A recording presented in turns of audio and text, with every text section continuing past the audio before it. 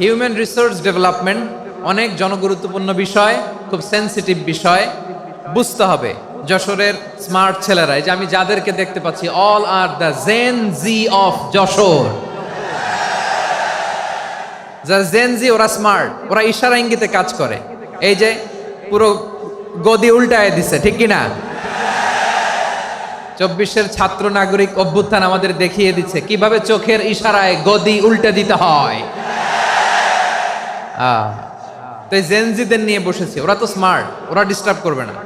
মেহরবানি করে আমার সাথে কানেক্ট করো, 1 to 1, brain to brain, eye to eye contact করো আমার সাথে। তাকাও, কষ্ট হলো আমার দিকে তাকাও, আওয়াজ করা যাবে না, আমার দিকে তাকাও। প্রিয় ভাইয়েরা, হিউম্যান রিসোর্স ডেভেলপমেন্টের ব্যাপারে কিছু কথা বলবো। এই যে আমাদের বিশাল জনসংখ্যা, এই জনসংখ্যাকে কি করে জনসম্পদে রূপান্তরিত করা যায় এ ব্যাপারে কথা বলবো। আমি সূরাতু বনী ইসরাইলের 70 নম্বর আয়াত তেলাওয়াত করেছি। এই আয়াতের আলোকে কিছু কথা আমি আপনাদের সামনে বলবো। আল্লাহ তাআলা ইরশাদ করছেন, ওয়ালাকাদ কাররামনা বনী আদম ওয়া হামালনাহুম ফিল বাররি ওয়াল বাহরি ওয়া রাযাকনাহুম মিনাত তাইয়্যিবাত ওয়া ফাদ্দালনাহুম আলা কাসীরিম মিম্মান খালাকনা তাফদীলা। পড়েন আল্লাহু আকবার। রব্বুল আলামিন বলেন, ওয়ালাকাদ কাররামনা বনী আদম, আমি বনী আদমকে সম্মানিত করেছি, বনী আদমকে মর্যাদা দিয়েছি।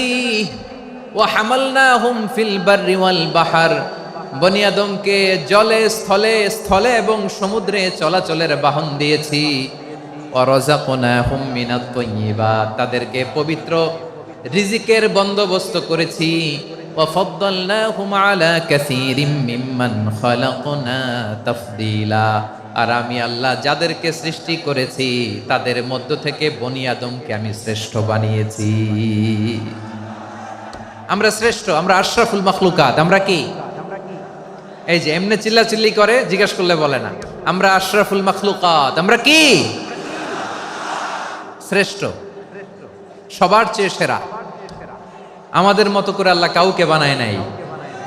দুই পায়ে ভর করে, শির দ্বারা এরকম স্ট্যান্ড রেখে মাথা উঁচু করে দাঁড়াতে পারে এরকম কোন প্রাণী পৃথিবীতে আছে? এজন্য আল্লাহ বলেন, ওয়ালাকাদ কাররামনা বনী আদম, আমি বনী আদমকে সম্মানিত করেছি, তাদেরকে আমি মর্যাদা দিয়েছি। তাদেরকে আমি যত মর্যাদা দিয়েছি আমার কোন সৃষ্টিকে এত মর্যাদা দেই নাই। পড়েন সুবহানাল্লাহ। I have dignified the status of the sons of Adam. আদমের সব সন্তানের মর্যাদা আমি বাড়িয়েছি। আল্লাহ এখানে বলেননি ওয়ালাকাদ কাররামনাল মুমিনিন, আমি মুমিনের মর্যাদা বাড়িয়েছি, বলেছেন? আল্লাহ এখানে বলেন নাই ওয়ালাকাদ কাররামনাল মুসলিমিন, আমি মুসলিমের মর্যাদা বাড়িয়েছি। আল্লাহ বলেছেন ওয়ালাকাদ কাররামনা বনী আদম, আমি বনী আদমের সম্মান বাড়িয়েছি। হোক সে মুমিন কিংবা কাফের, মুসলিম কিংবা মুশরিক, আস্তিক কিংবা নাস্তিক, আরব কিংবা অনারব, যেই হোক না কেন, আদম সন্তান সবগুলার মর্যাদা বাড়ায় দিয়েছে কে? সবার মর্যাদা আল্লাহ বাড়িয়েছে। মানুষ হিসেবে মর্যাদা। বিশ্বনবী সাল্লাল্লাহু আলাইহি ওয়াসাল্লাম ইহুদির লাশ দেখে দাঁড়িয়ে গেলেন। কার লাশ? আমার যশোরের ভাইয়েরা আওয়াজ করে বলুন, কার লাশ? ইহুদির লাশ দেখে দাঁড়ায় গেলেন। সাহাবারা বললেন, ইয়া রাসূলুল্লাহ, আপনি দাঁড়ালেন যে, এটা তো ইহুদির লাশ।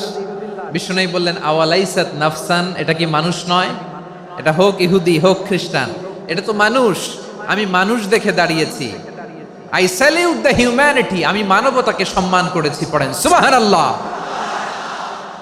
তাহলে এই জমিনে মানুষের মর্যাদা বেশি, হোক আস্তিক হোক নাস্তিক, হোক মুমিন কিংবা কাফের। আদমের সন্তান হলে, মানুষ হলেই তার মর্যাদা বাড়িয়েছে কে? আমার কলিজার টুকরা যশোরের ভাইয়েরা, মানুষের মর্যাদা আল্লাহ এত বাড়িয়েছেন, মানুষ জীবিত থাকলেও যেমনি মর্যাদাবান, মরে গেলেও মর্যাদাবান। সুবহানাল্লাহ পড়েন। মানুষ মরে গেলে এই ডেড বডিটা কি হয়? পচে যায়, গলে যায়, মাটির সাথে মিশে যায়। তাই বলে আপনি ডেড বডির সাথে যাচ্ছে তাই করতে পারবেন না। পারবেন? কেউ যদি অন্যায় করে, তাকে যদি আপনি শাস্তির আওতায় আনেন, যা মনে চায় করতে পারবেন না। তারা আগুন দিয়ে পোড়াতে পারবেন না, নাক কাটতে পারবেন না, কান কাটতে পারবেন না, অঙ্গ বিকৃতি করতে পারবেন না। কারণ মানব জাতির মর্যাদা স্বয়ং দিয়েছে কে? ডেড বডি পচে যাবে, গলে যাবে, তারপর ইসলাম বলে না, খবরদার, এই মরা লাশটারও একটা মর্যাদা আছে না নাই? ইসলাম বলে এই লাশটা গলে যাবে, পচে যাবে, কিন্তু এটার অমর্যাদা করো না। কর্পূর দিয়ে, খেজুর পাতা দিয়ে এটাকে ওয়ার্ম ওয়াটার দিয়ে, গরম পানি দিয়ে ধৌত করো, সাদা শুভ্র ধবধবে কাপড় দিয়ে লাশটাকে তুমি কাভার করো, তারপরে খাটিয়ার মধ্যে লাশটাকে রেখে বিশাল একটা প্রোগ্রাম করো, একটা ফিউনারাল প্রোগ্রাম করো। ওই প্রোগ্রামের ডানে বায়ে পেছনে লাশটারে রাখলে হবে না, প্রোগ্রামের একেবারে সামনটাতে তুমি লাশটাকে রাখো। সুবহানাল্লাহ। একটা ফিউনারাল প্রোগ্রাম করতে হবে, তাকে শেষ বিদায় জানাতে হবে, যেটাকে আমরা জানাজা বলি। কি বলি? জানাজা মানে মাইয়েতের জন্য দোয়া, তার জন্য দোয়া করা হয়, তাকে একটা সিস্টেমেটিক অর্ডারে কবরে রাখা হয়, সুন্দরভাবে সেটাকে কবরস্থ করা হয়, মাটি দেয়া হয়, পানি দেয়া হয়। তার মানে মরে গেলেও মানুষের সম্মান বাড়ায় দিয়েছে কে? এজন্য আল্লাহ বললেন ওয়ালাকাদ কাররামনা বানি আদম, বনি আদমের সম্মান মর্যাদা আমি আল্লাহ বাড়িয়ে দিয়েছি। মানুষের সম্মানে তুমি কখনো আঘাত করো না, ঠিক কি না? তাহলে ভাই, প্রথম মেসেজ হচ্ছে the first and foremost message tonight to the people of জাসর। আল্লাহ বলেন I have dignified the status of son of Adam. আমি বনি আদম সবার মর্যাদা বাড়িয়ে দিয়েছি, হোক আস্তিক নাস্তিক, হোক কাফের কিংবা মুশরিক, তার মর্যাদা বাড়াই দিছে কে? যখন বন্যা হয় আমরা ত্রাণ নিয়ে যাই, আমরা শুধু মুসলমানদেরকে ত্রাণ দেই নাকি?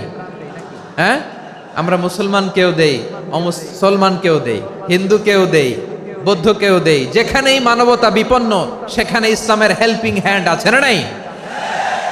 সুবহানাল্লাহ। কি দিন আমরা পেয়েছি, কি বিধান আমরা পেয়েছি। ওয়ালাকাদ কাররামনা বানি আদম, আমি বনি আদমকে সম্মানিত করেছি। এরপর আল্লাহ বললেন ওয়া হামালনাহুম ফিল বাররি ওয়াল বাহর, মানুষকে স্থলে এবং সমুদ্রে চলাচলের বাহন আমি দিয়েছি। স্থলে কিভাবে চলবে, জলে কিভাবে চলবে, এই বাহনের ব্যবস্থা করেছে কে? এই জেনজি, এই স্যামড়া, ইরাম করতেছো কিসের জন্য? হ্যাঁ, ইরাম করলে চলবি? হ্যাঁ, বস বস বস বস, আওয়াজ করতেছো কেন? দিবানা, কথা বলতে দিবানা আমাকে? তো এইটা বুঝি তোমাদের ভালোবাসার নমুনা? তোমাদের ভালোবাসার কারণে যদি আমি কোথাও দাঁড়াতেই না পারি, কোথাও বসতে না পারি, কোথাও দুটা কথা বলতে না পারি, এই ভালোবাসা দিয়ে কি হবে আমার? বরং ঘামতে ঘামতে ঘর্মাক্ত হব, রক্তাক্ত হব। কিন্তু সেন্ট্রাল থেকে, সেন্ট্রালি যে ইনস্ট্রাকশন আসবে, সেই ইনস্ট্রাকশনের এক চুল আমরা ডানে বায়ে যাব না। এইটা গণজাগরণের জন্য এইটা দরকার, ইসলামী বিপ্লবের জন্য এইটা দরকার। তো আধা ঘন্টা ধরে যদি তোমাদেরকে থামানোই না যায়, এই লস্কর দিয়ে আমি কি করব? আল্লাহর ওয়াস্তে নো নো নো স্লোগান, চুপচাপ একেবারে আমার দিকে তাকাও।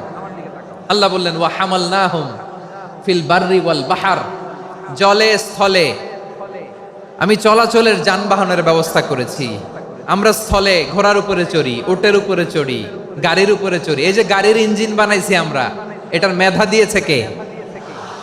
আবার সাগরের মধ্যে আমরা নৌযান, জলযান, বড় বড় জাহাজ দিয়ে এক মহাদেশ থেকে আরেক মহাদেশ যাই, এক দেশ থেকে মালামালগুলো আরেক দেশে পাঠাই। সাগরের ভেতরে নৌকাগুলোরে ধরে রাখলো কে? ওয়াল ফুলকিল্লাতি তাজরি ফিল বাহরি বিমা ইয়ানফাউন নাস, মানুষের উপকার আছে এরকম সরঞ্জামাদি নিয়ে সাগরের উপরে বিশাল বিশাল জলযানগুলো চলে। এগুলো ডুবে যায় না, কাত হয়ে যায় না, পড়ে যায় না। এগুলোকে স্থিতিস্থাপকতাকে ঠিক করে রাখলো কে? আপনারা জাহাজ দেখেছেন? জাহাজ, হ্যাঁ, বাড়ি চট্টগ্রাম হইলে দেখতে পারতেন। দেখছেন? বিশাল বিশাল জাহাজ, বিশাল জাহাজ মালামাল নিয়ে এক মহাদেশ থেকে আরেক মহাদেশে যায়। গত মাসে আমার জাপান সফর ছিল। এই যে বাংলাদেশে যে গাড়িগুলো চালান, বেশিরভাগ গাড়ি আসে কিন্তু জাপান থেকে। হাজার হাজার গাড়ি একটা জাহাজ বহন করতে পারে, হাজার হাজার গাড়ি। এটারে সাগরের মধ্যে ভাসাইলো কে? সবাই বলুন, ভাসালো কে? হাজার হাজার গাড়ি নিয়ে জাপানিজ গাড়িগুলো আমাদের চট্টগ্রামের এয়ারপোর্টের বন্দরে ভিড়ে। যুক্তরাষ্ট্রে আমি দেখেছি বিশাল বিশাল জাহাজ। আপনারা টাইটানিক জাহাজের নাম শুনেছেন?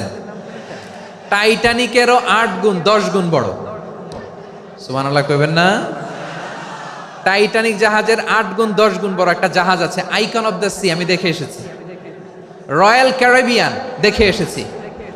সাগরের সামনে জেটিতে যখন দাঁড়ালাম, জাহাজটা যখন যায়, আমার মনে হচ্ছে একটা শহর, গোটা শহর, the entire city is floating on the water. পুরো একটা শহর মনে হয় পানির উপর দিয়ে ভেসে যাচ্ছে। পড়েন সুবহানাল্লাহ। এই যে আইকন অফ দ্য সি, এই ক্রুজ, এই জাহাজটা, এটার ভিতরে স্টেডিয়াম আছে। কিসের ভিতরে স্টেডিয়াম? কথা বুঝে নাই বোধহয়। স্টেডিয়াম কিসের ভিতর? সুইমিং পুল আছে, শপিং মল আছে, রেস্টুরেন্ট আছে, ক্লাব আছে, 3000 4000 রুম বিশিষ্ট, কক্ষ বিশিষ্ট হোটেল আছে। এই সবগুলোর নিয়ে এগুলো চলে সাগরের এই দোলার মধ্যে, জলোচ্ছ্বাসের মধ্যে, এই সাগরের ভেতরে এই জাহাজগুলোর ভাষায় রাখছে কে?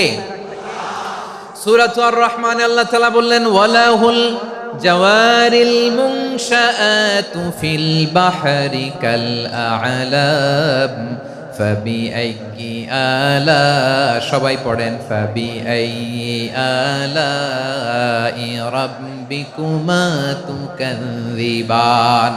পাহাড় সম বড় বড় জাহাজগুলো মাল বোঝাই করে সাগরের মধ্যে ভেসে বেড়ায়।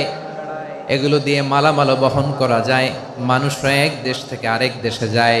এই জাহাজগুলোরে সাগরের ভেতরে ভাসায় রাখলো কে? এই আয়াতের ভেতরে আল্লাহ তাআলা সূরাত বানী ইসরাঈলের এই চমৎকার আয়াতের ভেতরে আল্লাহ তাআলা বেসিকলি মানব জাতির প্রতি তার 4টি স্পেশাল অনুগ্রহের কথা বলেছেন। কয়টি? 2টা বলে ফেলছি। 1 নাম্বার, ওয়ালাকাদ কাররামনা বানি আদম, আমি বনি আদমের সম্মান বাড়াইছি। নাকি মুসলমানদের? নাকি মুসল্লিদের? কার সম্মান বাড়িয়েছি? বনি আদমের। তাহলে human dignity, the first part of the verse talks about the human dignity. 2 number অংশ আল্লাহ তাআলা বললেন, ওয়া হামালনাহুম ফিল বাররি ওয়াল বাহর, স্থলে এবং সমুদ্রে আমি তাদের জন্য চলাচলের বাহন দিয়েছি। সুবহানাল্লাহ। তার মানে smooth movement on land and sea, জলে এবং স্থলে যাতে আমরা স্মুথলি মুভ করতে পারি আল্লাহ তাআলা দিয়েছেন। 3 নাম্বার আল্লাহ তাআলা বললেন, ওয়া রাযাকনাহুম মিনাত তাইয়্যিবাত, মানুষের জন্য আমি পবিত্র রিজিকের ব্যবস্থা করেছি। জলে এবং স্থলে যত প্রাণী আছে সবগুলা প্রাণীকে রিজিক দেয় কে? আমাদেরকে রিজিক দেয় কে? সাগরের মাছগুলোকে, বড় বড় তিমি মাছগুলোরে রিজিক দেয় কে? বাতাসের মধ্যে ভেসে বেড়ানো বড় বড় পাখিগুলো, স্ক্যান্ডিনেভিয়ান কান্ট্রি থেকে লক্ষ লক্ষ কোটি কোটি পাখিগুলো যে এক দেশ থেকে আরেক দেশে ট্রান্সফার হয়, এগুলোর রিজিক দেয় কে? রব্বুল আলামিন বলেন, ওয়ামা মিন দাব্বাতিন ফিল আরদি ইল্লা আলাল্লাহি রিজকুহা ওয়া ইয়ালামু মুস্তাকাররাহা ওয়া মুস্তাওদাআহা কুল্লুম ফি কিতাবিম মুবিন। আল্লাহু আকবার। রব্বুল আলামিন বলেন, ভূপৃষ্ঠে বিচরণশীল যত প্রাণী আছে সব প্রাণীগুলোকে আমি আল্লাহ আমার নিজের কুদরতে রিজিকের বন্দোবস্ত করি। এই প্রাণীগুলো কোথায় থাকে, কোথায় যায়, সব জায়গায় আমি রিজিক পৌঁছে দেই। রিজিক কেউ দিতে পারে না, রিজিকের মালিক কে? রিজিকের মালিক তিনি আল্লাহ। এজন্য আল্লাহ তাআলা বললেন, ওয়া রাযাকনাহুম মিনাত তাইয়্যিবাত। এরপর আল্লাহ বললেন, ওয়া ফাদ্দালনাহুম আলা কাসীরিম মিম্মান খালাকনা তাফদীলা। আমি যত প্রাণী সৃষ্টি করেছি সকল প্রাণীর মধ্যে মানুষের মর্যাদা, শ্রেষ্ঠত্ব আমি দিয়েছি। সুবহানাল্লাহ পড়েন। তাহলে 1 নম্বরে আল্লাহ বললেন, আমি বনি আদমের মর্যাদা বাড়ালাম। এরপরে বললেন, স্থলে এবং সমুদ্রে চলাচলের জন্য যানবাহন দিলাম। 3 নম্বরে আল্লাহ বললেন, পবিত্র রিজিকের ব্যবস্থা করে দিলাম। এরপরে আল্লাহ বললেন, যত প্রাণী আছে, সৃষ্টি আছে, সবগুলার উপরে আমি মানুষকে শ্রেষ্ঠত্ব দিলাম। সুবহানাল্লাহ। তাহলে সবচেয়ে বেশি শ্রেষ্ঠত্ব মানুষের। কার? মানুষের। শুধু তাই নয় প্রিয় ভাইরা, আকাশ এবং জমিনে যা কিছু আছে সবকিছু মানুষের জন্য, মানুষের কল্যাণে, মানুষের প্রয়োজনে, মানুষের বশীভূত করে সৃষ্টি করেছেন কে? রব্বুল আলামিন বলেন, হুয়াল্লাযী খালাকা লাকুম মা ফিল আরদি জামিআ। এই জমিনের মধ্যে যা কিছু আমি আল্লাহ সৃষ্টি করেছি সব কিছু আমি মানুষের জন্য সৃষ্টি করেছি। পড়েন সুবহানাল্লাহ। হুয়াল্লাযী খালাকা লাকুম মা ফিল আরদি জামিআ, যা আছে সব আমাদের জন্য, সব আমাদেরকে সার্ভিস দেওয়ার জন্য, আমাদের উপকারের জন্য, আমাদের কল্যাণের জন্য। আওয়াজ করে সবাই পড়ুন আল্লাহু আকবার। অন্য আয়াতে আল্লাহ বললেন, ওয়াসাখখারা লাকুম মা ফিস সামাওয়াতি ওয়া মা ফিল আরদি জামিআন মিন ইন্না ফি যালিকা লাআয়াতিন লিকাউমি ইয়াতাফাক্কারুন।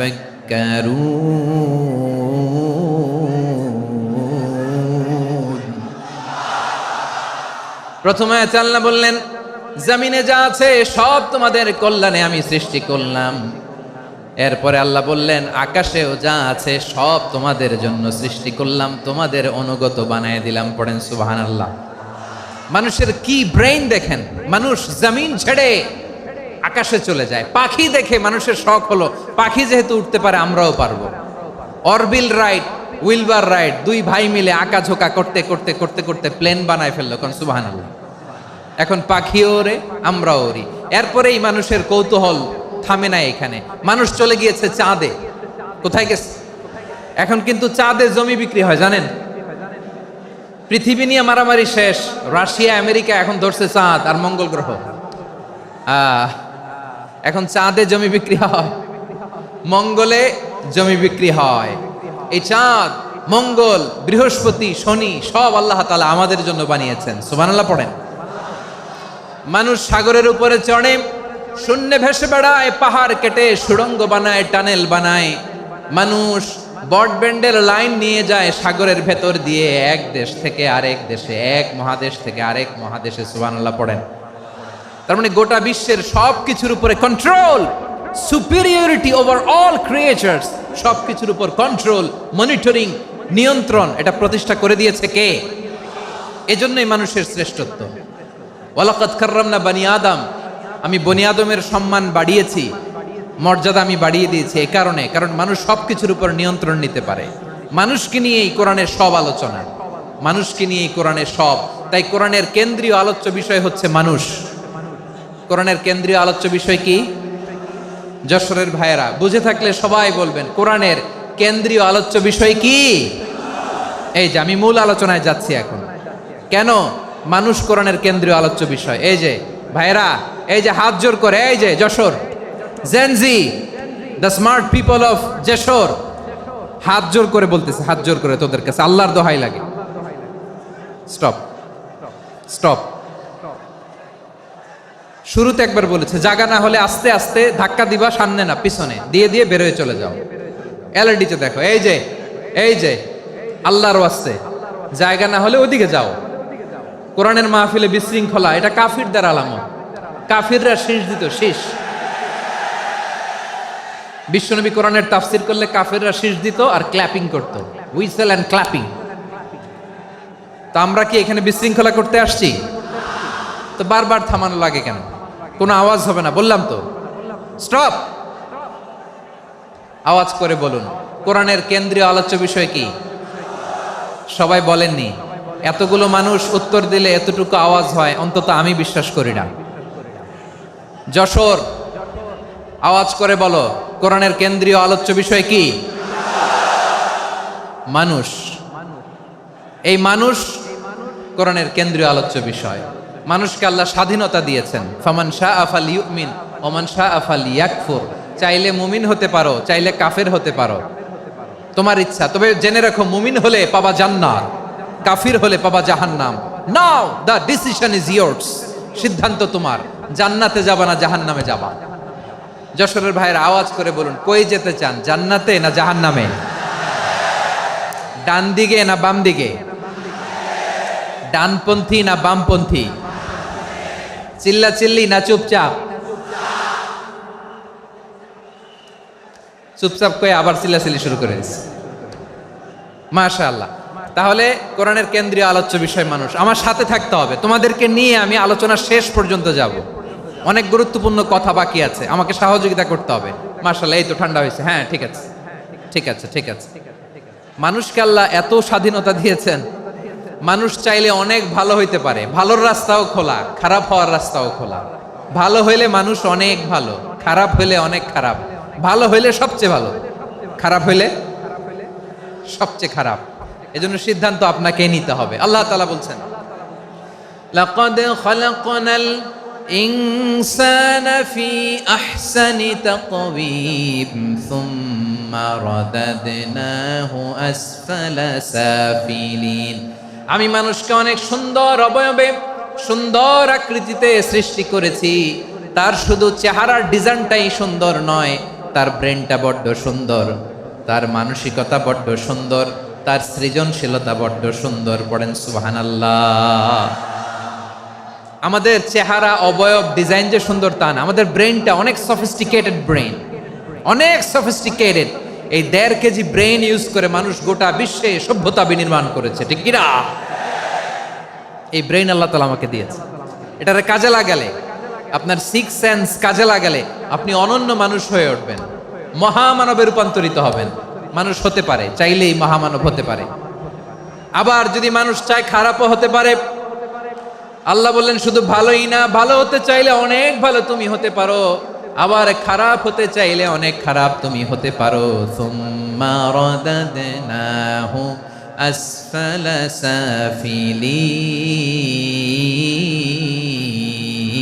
সাফিলিন। খারাপ হলে একেবারে খারাপ হতে পারো, নিকৃষ্ট হলে একেবারে নিকৃষ্ট হতে পারো, ভালো হলেও ভালো হতে পারো। কোন সুবহানাল্লাহ। এবার আওয়াজ করে বলুন, ভালো হতে চাই না খারাপ? শ্রেষ্ঠ না নিকৃষ্ট? মানুষ ভালো হলে মানুষ ফেরেশতার চেয়েও ভালো, মানুষ খারাপ হলে সে পশুর চেয়েও খারাপ। কথা ঠিক কিনা বলেন? ভালো হলে ফেরেশতার চেয়েও ভালো, খারাপ হলে পশুর চেয়েও নিকৃষ্ট। তার মানে শ্রেষ্ঠত্বে মানুষ, শ্রেষ্ঠত্বে ফেরেশতাকে হার মানায়, আর অধপতনে শ্রেষ্ঠত্বে ফেরেশতাকে ছাড়িয়ে যায়, আর অধপতনে পশুকেও হার মানায়। আই রিপিট, আমি আবারও বলছি, মানুষ শ্রেষ্ঠত্বে ফেরেশতাকে ছাড়িয়ে যায়, আর অধপতনে সে পশুকেও হার মানায়। আওয়াজ করে বলতে হবে ঠিক কি না? এটার প্রমাণ কি? মানুষ শ্রেষ্ঠ হইলে যে ফেরেশতার চেয়েও সেরা, তার প্রমাণ কি? আল্লাহ তাআলা বলছেন, ওয়া ইয কুলনা লিল মালাইকাতি ইসজুদু লি আদম ফাসাজাদু ইল্লা ইবলিস আবা ওয়াস্তাকবারা ওয়া কানা মিনাল কাফিরিন। আল্লাহ বলেন, স্মরণ করো সে সময়ের কথা যখন আমি ফেরেশতাদেরকে বললাম, ও ফেরেশতারা আদমকে সেজদা দাও। সব ফেরেশতারা সম্মান সূচক সেজদা আদমকে দিল। তারা আদমের জন্য সেজদায় লুটিয়ে পড়লো, একজন ছাড়া, তার নাম ইবলিস। আওয়াজ করে বলেন, তার নাম কি? সে অহংকার প্রদর্শন করলো, সে কাফের হয়ে গেল। বাকি সব ফেরেশতারা সেজদা দিল। সুবহানাল্লাহ। আবার আদম আলাইহিস সালামকে আল্লাহ জিজ্ঞেস করলেন, সব বলে দিল উত্তর, কিন্তু ফেরেশতাদেরকে একই প্রশ্ন জিজ্ঞেস করলেন, তারা উত্তর করতে পারে নাই। তার মানে এর মধ্য দিয়ে প্রমাণিত হয়, মানুষ ভালো হলে ফেরেশতার চেয়েও ভালো, ফেরেশতার চেয়েও মানুষের মর্যাদা বাড়িয়ে দিয়েছে কে? সব নূরের ফেরেশতা যখন মাটির আদমকে সেজদা দেয়, এটা প্রমাণ করে ফেরেশতার চেয়েও মানুষের মর্যাদা বাড়িয়ে দিয়েছে কে? তুমি মাটির আদমকে প্রথম সৃষ্টি করিয়া ঘোষণা করিয়া দিলে শ্রেষ্ঠ বলিয়া, তাই তো নূরের ফেরেশতা করে আদমকে সেজদা। ঠিক কিনা বলেন? তাই তো নূরের ফেরেশতা করে আদমকে সেজদা। সবার চেয়ে সম্মান দিলে মাটির আদমকে। আল্লাহু আল্লাহু তুমি জাল্লে জালালুহু, শেষ করা তো যায় না গে তোমার গুণগান। পড়েন না? পড়েন। আল্লাহু আল্লাহু তুমি জাল্লে জালালুহু, শেষ করা তো যায় না গে তোমার গুণগান। আল্লাহু আল্লাহু। আল্লাহু আকবার। আদমের মর্যাদা বেশি, মানুষের মর্যাদা বেশি, মানুষ শ্রেষ্ঠ তার প্রমাণ, নূরের ফেরেশতা মাটির আদমকে সেজদা করে আওয়াজ করে বলেন ঠিক কি না? তাহলে মানুষ ভালো হলে ফেরেশতার চেয়ে ভালো। আবার মানুষ যদি খারাপ হয় সে পশুর চেয়েও খারাপ, অধপতনে পশুত্বকে হার মানায়। তার প্রমাণ কি? তার প্রমাণ হচ্ছে যশোরের ভাইরা দেখবেন পত্রিকায় নিউজ পেপারে মাঝে মাঝে এরকম দেখা যায়, এক মানুষ আরেক মানুষকে হত্যা করে 20 টুকরা করে বস্তার ভিতরে ভরেছে। আপনারা এই নিউজ পড়েন নাই না? দেখেন নাই? দেখছেন? মানুষ মানুষকে হত্যা করে কয় টুকরা? জোরে বলেন। এখানেই ক্ষান্ত হয় না, আবার কোথায় ভরছে? বস্তার ভেতরে। আচ্ছা, বুঝে থাকলে আওয়াজ করে বলেন, কোনদিন শুনছেন একটা হাতি আর একটা হাতিকে হত্যা করে 20 টুকরা করছে, এরপরে বস্তার ভিতরে ভরছে? হইছে? তাহলে দেখেন, মানুষ যদি খারাপ হয় সে পশুকেও হার মানায়। চিল্লায় বলো ঠিক কি না? এমনও দুশ্চরিত্র মানুষ আছে যার নজর থেকে 6 মাসের ছোট্ট মেয়ে থেকে শুরু করে 80 বছরের বৃদ্ধারাও নিরাপদ নয়। পশুকেও হার মানে। মানুষের ঘর জ্বালিয়ে পুড়ে মেসাকার করে দেয়, জনপদের পর জনপদ জ্বালায় দেয়। এরকম আছে না নাই? বোমা মেরে শহরগুলো উড়িয়ে দেয়। এই যে ইসরায়েল গাজার মধ্যে যে অ্যাটাক করেছে, এরা মসজিদ মানে নাই, মসজিদে বম ফেলেছে। এরা খ্রিস্টানদের চার্চ গির্জা মানে নাই, গির্জায় বম ফেলেছে। পৃথিবীর ইতিহাসে never happened in the history of the world that someone bombed on a hospital, on a ICU center. এমন হাসপাতাল যেখানে আইসিইউর রোগীরা আছে, ওই হাসপাতালের উপরও ইসরায়েলি সৈনিকেরা বোমা মেরেছে। জোরে বলেন ঠিক কিনা? এরা মানুষ? আওয়াজ করে বলেন, এরা মানুষ না। প্রিয় ভাইয়েরা, চোখ কান নাক মুখ থাকলেই মানুষ না। যা সামনে দেখেন এগুলো সব মানুষ না, এগুলো জনসংখ্যা। এগুলো কি? সবাই বলুন, এগুলো কি? বাড়ছে জনসংখ্যা, কমছে মানুষ। বাড়ছে জনসংখ্যা, কমছে। এই দুনিয়া এখন তো আর সেই দুনিয়া নাই, মানুষ নামের মানুষ আছে দুনিয়া বোঝাই, সেই মানুষের ভিড়ে আমার আসল মানুষ নাই। ঠিক কিনা? আসল মানুষের বড্ড অভাব, আসল মানুষের বড্ড অভাব। আমার ভাইয়েরা, মানুষ খারাপ হলে পশুকেও হার মানায়।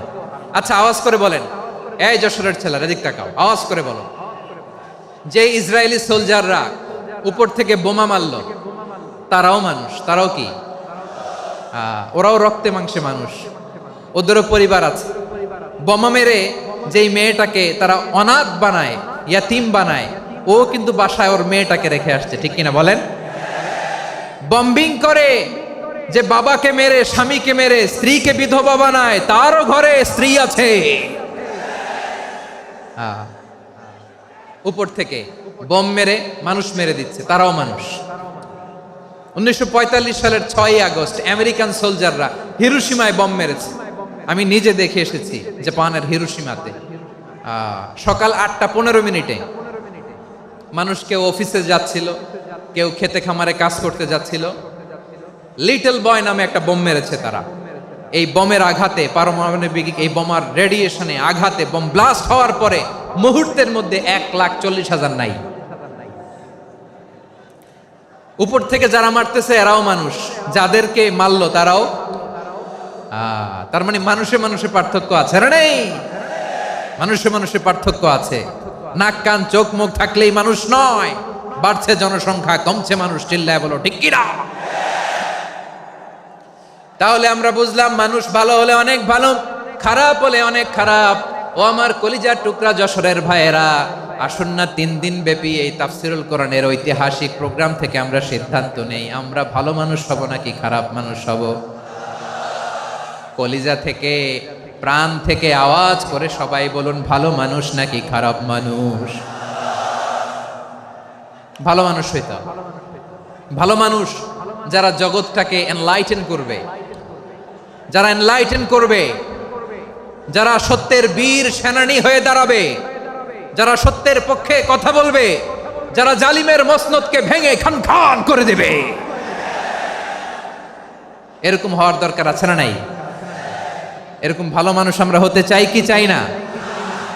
মানুষকে যত্ন নিলে মানুষ যে কত ভালো হয় আপনি কল্পনাও করতে পারবেন না। এই যে আপনাদের যশোরে যে ভালো ছেলেগুলো আছে, যে ভালো তরুণগুলো আছে, যে যুবকগুলো আছে, যে ভালো আলেমরা আছে, ভালো নেতারা আছে, সবাই যদি তাদের মতো হতো পুরো যশোরটা একটা জান্নাতের টুকরা হয়ে যেত। আওয়াজ করে বলেন ঠিক কিনা? মানুষকে নার্চারিং করলে, মানুষকে পলিশ করলে, মানুষকে গ্রুমিং করলে, মানুষকে সঠিক তারবিয়া দিলে মানুষ অনন্য হয়ে ওঠে। প্রতিটি মানুষ অনন্য। আমি অনন্য, আপনি অনন্য, আমরা সবাই অনন্য। সুবহানাল্লাহ বলেন। মানুষকে আল্লাহ তাআলা দিয়েছেন অসীম ক্ষমতা, অসীম ক্ষমতা। সুবহানাল্লাহ। একটা মানুষ পারে না এমন কিছু নাই, একটা মানুষ পারে না এমন কিছু নাই। বিশ্বাস করতে হবে, মানুষ যা কল্পনা করতে পারে ওইটা মানুষ করে দেখাতে পারে। যশোরের ভাইয়ের, আই রিপিট, আমি আবারও বলছি, এই চিল্লাচিল্লি করলে আমার এই গুরুত্বপূর্ণ কথা তোমরা মিস করবা। আমরা যখন আমার পিতার পৃষ্ঠদেশে ছিলাম, পিতার পৃষ্ঠদেশ থেকে শুক্রাণু যখন মায়ের গর্ভদেশে যেয়ে পড়ে, কতটা শুক্রাণু ভ্রমণ শুরু করে জানো? 20 কোটি শুক্রাণু। একবার সিমেন আউট হলে সেখানে 20 কোটি শুক্রাণু থাকে, ভ্রমণ শুরু করে। ওই 20 কোটি শুক্রাণুর মধ্যে থেকে তুমি আমি আজকে এক বিকশিত শুক্রাণু মানব রূপে পৃথিবীতে এসেছি। সুবহানাল্লাহ। ওই 20 কোটি শুক্রাণুর প্রতিযোগিতায় সবাইরে পেছনে ফেলে সেদিন আমি সফল হয়েছিলাম, সেদিন আমি বিজয়ী হয়েছিলাম। সেদিন আমি এত ছোট ছিলাম, মাইক্রোস্কোপ দিয়েও আমার অস্তিত্ব টের পাওয়া যায় না। আমি এত তুচ্ছ ছিলাম, নগণ্য ছিলাম। আমার কান ছিল না, আমার চোখ ছিল না, আমার হাত ছিল না, আমার জন্য রিকমেন্ডেশন করার মতো মামু ছিল না, খালা ছিল না, কেউ ছিল না। তারপরেও ওই প্রতিযোগিতায়, ওই কম্পিটিশনে যখন আমারে কেউ হারাতে পারে নাই, আল্লাহর জমিনেও আমারে কেউ হারাতে পারে না। হারার জন্য তোমার জন্মই হয় নাই, তুমি আসছই জিতার জন্য। সুবহানাল্লাহ। বিশ্বনবী বলেন, আন্নাসু মাআদিন কামাআদিনি যাহাবি ওয়াল ফিদ্দা খিয়ারুহুম ফিল জাহিলিয়াতি খিয়ারুহুম ফিল ইসলাম। Peoples are like mines of gold and silver. সোনার খনি, রূপার খনি, এর চেয়েও বড় খনি হচ্ছে এই মানব সম্পদের খনি। আওয়াজ করে বলেন আল্লাহু আকবার। আল্লাহ তাআলা এই সম্পদ আমাদেরকে দিয়েছে। বিশ্বনবী বলেন, মানুষ হচ্ছে খনির মতো। খিয়ারুহুম ফিল জাহিলিয়াতি খিয়ারুহুম ফিল ইসলাম। জাহিলি যুগে যারা সেরা, ইসলামেও তারা সেরা। ইদা ফাকুহু, যদি তারা বুঝবান হয় তাহলে তাদেরকে সেরা বানায় দিবে কে? তাহলে মানুষের চেয়ে সেরা কেউ হতে পারে? মানুষের চেয়ে অনন্য কেউ হতে পারে? মানুষকে কেউ হারাতে পারে? আওয়াজ করে বলো, তোমাকে কেউ হারাতে পারবে? এই সাহস জাগছে আজকের আলোচনা থেকে। আমি তুমি অনন্য, আমাকে তোমাকে হারায় দেওয়া এত সহজ না, ঠিক কিনা? একটা কথা জীবনের সাথে সেট করে নিতে হবে, আমি জিতি নয় শিখি, আমি কখনো হারি না। জীবনের সাথে সেট করে নাও, জেনজি অফ যশোর, আমি কখনো হারি না, আমি হয় জিতি নয় শিখি। চিল্লায় বলো ঠিক কিনা? আমি কখনো হারি না, আমার হারানো এত সোজা না। কি সাহস জাগছে? বুকে সাহস জাগছে? তাকবীর পড়ো, লিল্লাহে তাকবীর। তাহলে বিশ্বনবী বললেন, নাসু মাআদিন, মানুষ হচ্ছে খনি। এই ধাক্কা ধাক্কি, আমি জানি এগুলো ভালোবাসার ধাক্কা ধাক্কি, এজন্য আমি সহ্য করে নেই। এগুলো যে ভালোবাসার ধাক্কা ধাক্কি এটা আমরা বুঝি। পৃথিবীর কোন আইন, সিকিউরিটি প্রটোকল দিয়ে এটারে মানানো যাবে না, কারণ এটা তো ভালোবাসা, লাভ। লাভ কোনো আইন কানুন দিয়ে বাধা যায় না, মানানো যায় না, ঠিক কিনা বলো?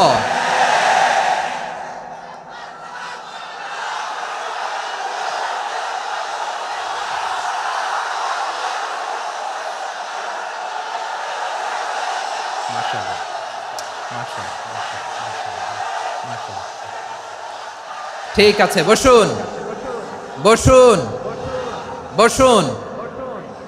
আল নাসু মাআদিন, মানুষ হচ্ছে খনি। এই খনির যত্ন নিতে হবে। আমার মা বাবা যারা এসেছেন, আপনার ছেলে মেয়ের যত্ন নেন। আপনার ছেলের মধ্যে যে কি পটেনশিয়াল আপনি জানেন না। আপনার এই ছোট্ট অবুজ ছেলেটাই আগামী দিনের শায়েখ আহমদুল্লাহ হবে। আপনার হেফসখানায় পড়া ওই ছোট্ট ছেলেটাই আগামী দিনের আল্লামা মামুনুল হক হবে। আপনার ওই ছেলেটা আমির হামজা হবে, আব্দুল হাই সাইফুল্লাহ হবে। এভাবে বড় বড় আলেম হবে, তারা যুগশ্রেষ্ঠ আলেম হবে। সেই একদিন এই বাংলাদেশের পার্লামেন্টে যে বক্তব্য দিয়ে যশোরের পক্ষে কথা বলবে। আপনি জানেন না, কাউকে ছোট করবেন না আপনি, ওর কনফিডেন্স আপনি কমাবেন না, আপনি কমাতে পারেন না। প্যান্ডেলে আমার যে মা বোনেরা আছেন, ছেলে মেয়েদেরকে কখনো ছোট করে কথা বলবেন না। ও যে কোথায় যাবে আপনি জানেন না, আপনি মা হয়ে তাকে সাহস দিবেন, তার কল্পনার জগৎটাকে সাজাতে তাকে উৎসাহিত করবেন, ঠিক কিনা বলেন? আর আমার প্যান্ডেলের আমার প্রিয় শ্রদ্ধাশীলা মায়েরা বোনেরা, আপনারা তো আরো দামি সম্পদ। বিশ্বনবী বলেন, আর দুনিয়া কুল্লুহা মাতা। আল্লাহ আল্লাহ আল্লাহ, বিশ্বনবীর কথার ওজন দেখেন। আর দুনিয়া কুল্লুহা মাতা ওয়া খায়রু মাতা'আদ দুনিয়াল মারআতুস সালিহা। বিশ্বনবী বলেন, দুনিয়ায় যা দেখো সব আল্লাহর দেওয়া অ্যাসেট, মানে সম্পদ। আর এত অ্যাসেটের ভিড়ে সবচাইতে শ্রেষ্ঠ সম্পদ হচ্ছে নেককার নারী। সুবহানাল্লাহ। ভাইয়েরা বোনের সাথে খারাপ আচরণ করো না, সন্তান মায়ের সাথে খারাপ আচরণ করো না। আমাদের মায়েরা আমাদের asset, they are our priceless asset. কারণ এই মায়েদের পেটে এসেছে আল্লাহর ওলিরা, এই মায়েদের পেটে এসেছে খান জাহান আলী, এই মায়ের পেটে এসেছে শাহজালাল ইয়ামানি, এই মায়ের পেটে এসেছে আল্লাহর সব নবীরা। নাকি নবীরা আকাশ থেকে ধপ করে জমিনে নেমে আসছে? মায়ের পেটে আসছে। এই মায়ের পেটগুলো খনি। আমার সম্মানিতা মায়েরা বোনেরা, নিজেকে ইসলাম দিয়ে সাজান, নিজেকে ইসলাম দিয়ে সাজান, নিজেকে পবিত্র রাখুন, নিজের আব্রু ইমান ইজ্জতের হেফাজত করুন, কোরআন পড়ুন, সুন্নাহ পড়ুন। আপনি জানেন না আপনার গর্ভে কে আসছে, কোন ক্ষণজন্মা পুরুষকে আল্লাহ তাআলা আপনার গর্ভে পাঠাবে আপনি জানেন না। মায়েরা নিজেদেরকে পবিত্র রাখুন, ইসলাম চর্চা করুন, কোরআন চর্চা করুন, নৈতিকতা দিয়ে নিজেকে সাজান। যশোরের জেনজি, নিজেদেরকে প্রস্তুত রাখো আগামীর বাংলাদেশের জন্য। নৈতিকতা, মোরালিটি, ভ্যালিউজ দিয়ে নিজেকে সাজাও, ইসলাম দিয়ে নিজেকে সাজাও। কারণ আগামীর বাংলাদেশ ইসলামের বাংলাদেশ। বাংলাদেশের আসল পরিচয় ইসলাম। বাংলাদেশের আসল পরিচয় কি? সবাই বলে না। বাংলাদেশের আসল পরিচয় কি? এই ইসলাম নিয়ে আমরা সংসদ ভবন সাজাবো, রাজি আছি না নাই? শেকড় ভুলে যাওয়া যাবে না। আমরা ধাপে ধাপে শারিয়া আইনের দিকে যাব ইনশাআল্লাহ, কিন্তু জঙ্গিবাদ দিয়ে নয়, কট্টর পন্থা দিয়ে নয়। আমরা ইন্টেলেকচুয়ালি, গ্রাজুয়ালি, ধাপে ধাপে শারিয়া আইনের দিকে মুভ করব ইনশাআল্লাহ। বলো লিল্লাহি তাকবীর। এদেশের আসল পরিচয় সবাই বলে না, আওয়াজ করে, এদেশের আসল পরিচয়। এদেশে আজান শুনে সূর্য ওঠে শহর গ্রামে, এদেশে আজান শুনে সূর্য ডুবে সন্ধ্যা নামে, এদেশে সকল কাজে সবাই বলে বিসমিল্লাহ, এদেশে ভালো কিছু দেখে শুনে হাসি মুখে সবাই বলে মাশা আল্লাহ। সুবহানাল্লাহ সুবহানাল্লাহ সুবহানাল্লাহ সুবহানাল্লাহ সুবহানাল্লাহ সুবহানাল্লাহ সুবহানাল্লাহ সুবহানাল্লাহ। ও নবীন তরুণ, তোমার কিসের এত ভয়? জেনে রেখো বাংলাদেশের আসল পরিচয়। বাংলাদেশের আসল পরিচয় ইসলাম। আওয়াজ তুলে বলো, আসল পরিচয় কি? এদেশে পরস্পরে দেখা হলে দেয় সালাম, এদেশে আমজনতার হৃদয় জুড়ে পাক্কালাম, ঠিক কি না? এদেশে বিপদ এলে সর্বজনে সর্বক্ষণে দোয়া পড়ে ইন্না লিল্লাহ সুবহানাল্লাহ সুবহানাল্লাহ সুবহানাল্লাহ সুবহানাল্লাহ। এদেশে আজান শুনে সূর্য ওঠে শহর গ্রামে, এদেশে আজান শুনে সূর্য ডোবে সন্ধ্যা নামে, এদেশে সকল কাজে সবাই বলে বিসমিল্লাহ, এদেশে ভালো কিছু দেখে শুনে হাসি মুখে সবাই বলে মাশা আল্লাহ। সুবহানাল্লাহ, আওয়াজ করে সুবহানাল্লাহ, সুবহানাল্লাহ, সুবহানাল্লাহ, সুবহানাল্লাহ, সবাই একসাথে সুবহানাল্লাহ, সুবহানাল্লাহ, সুবহানাল্লাহ, সুবহানাল্লাহ। এদেশের আসল পরিচয় কি? আওয়াজ করে বলতে ভয় লাগে। এদেশের আসল পরিচয় কি? ইসলাম দিয়ে আমাদের সংসদ ভবন চলুক, আমরা চাই কি চাই না? বঙ্গভবনে লা ইলাহা ইল্লাল্লাহর পতাকা উড়ুক, আমরা চাই কি চাই না? প্রতিটি জেলা অফিসে, ডিসি অফিসে লা ইলাহার পতাকা ঝুলুক, আমরা চাই কি চাই না? কারা কারা চাই হাত তুলে আল্লাহরে দেখায়।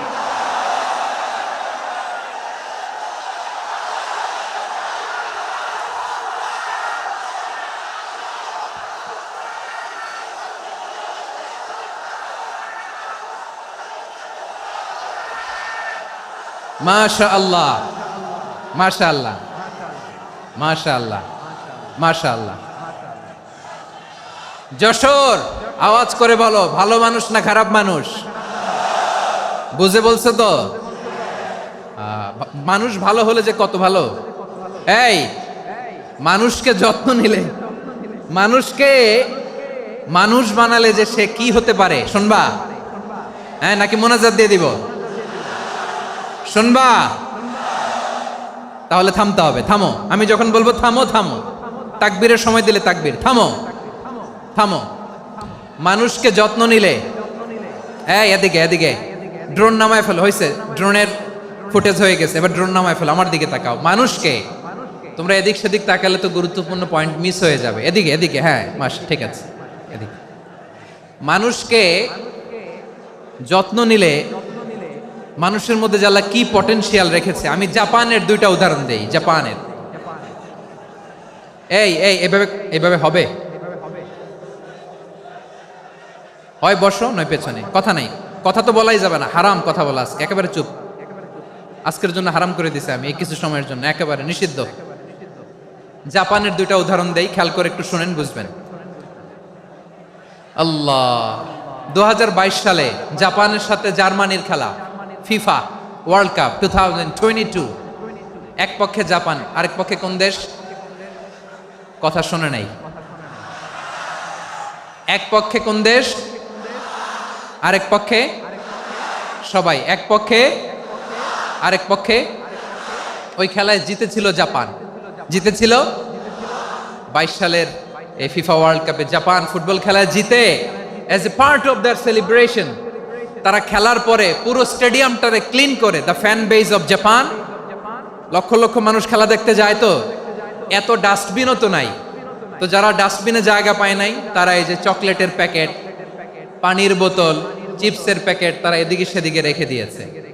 জাপানের ভক্তরা, জাপানের ফলোয়াররা, as a part of their celebration তারা খেলার পরে পুরো স্টেডিয়ামের সব ময়লা আবর্জনা ক্লিন করে তারপরে বিদায় নিয়েছে। তাদেরকে কি ক্লিন করার দায়িত্ব দেওয়া হয়েছিল? এই যশোর, জাপানের যে ছেলেরা খেলা দেখতে গেছিল ওদেরকে কি ক্লিন করার দায়িত্ব দিছিল? তারা কি স্টেডিয়ামের পরিচ্ছন্নতা কর্মী? তাদের আকল, তাদের সিক্স সেন্স তাদেরকে বলেছে। ছোটবেলা থেকে জাপান গভর্নমেন্ট ওদেরকে এত পরিচ্ছন্নতা শেখায়, ক্লিনলিনেস অ্যাওয়ারনেস ক্যাম্পেইন করায়।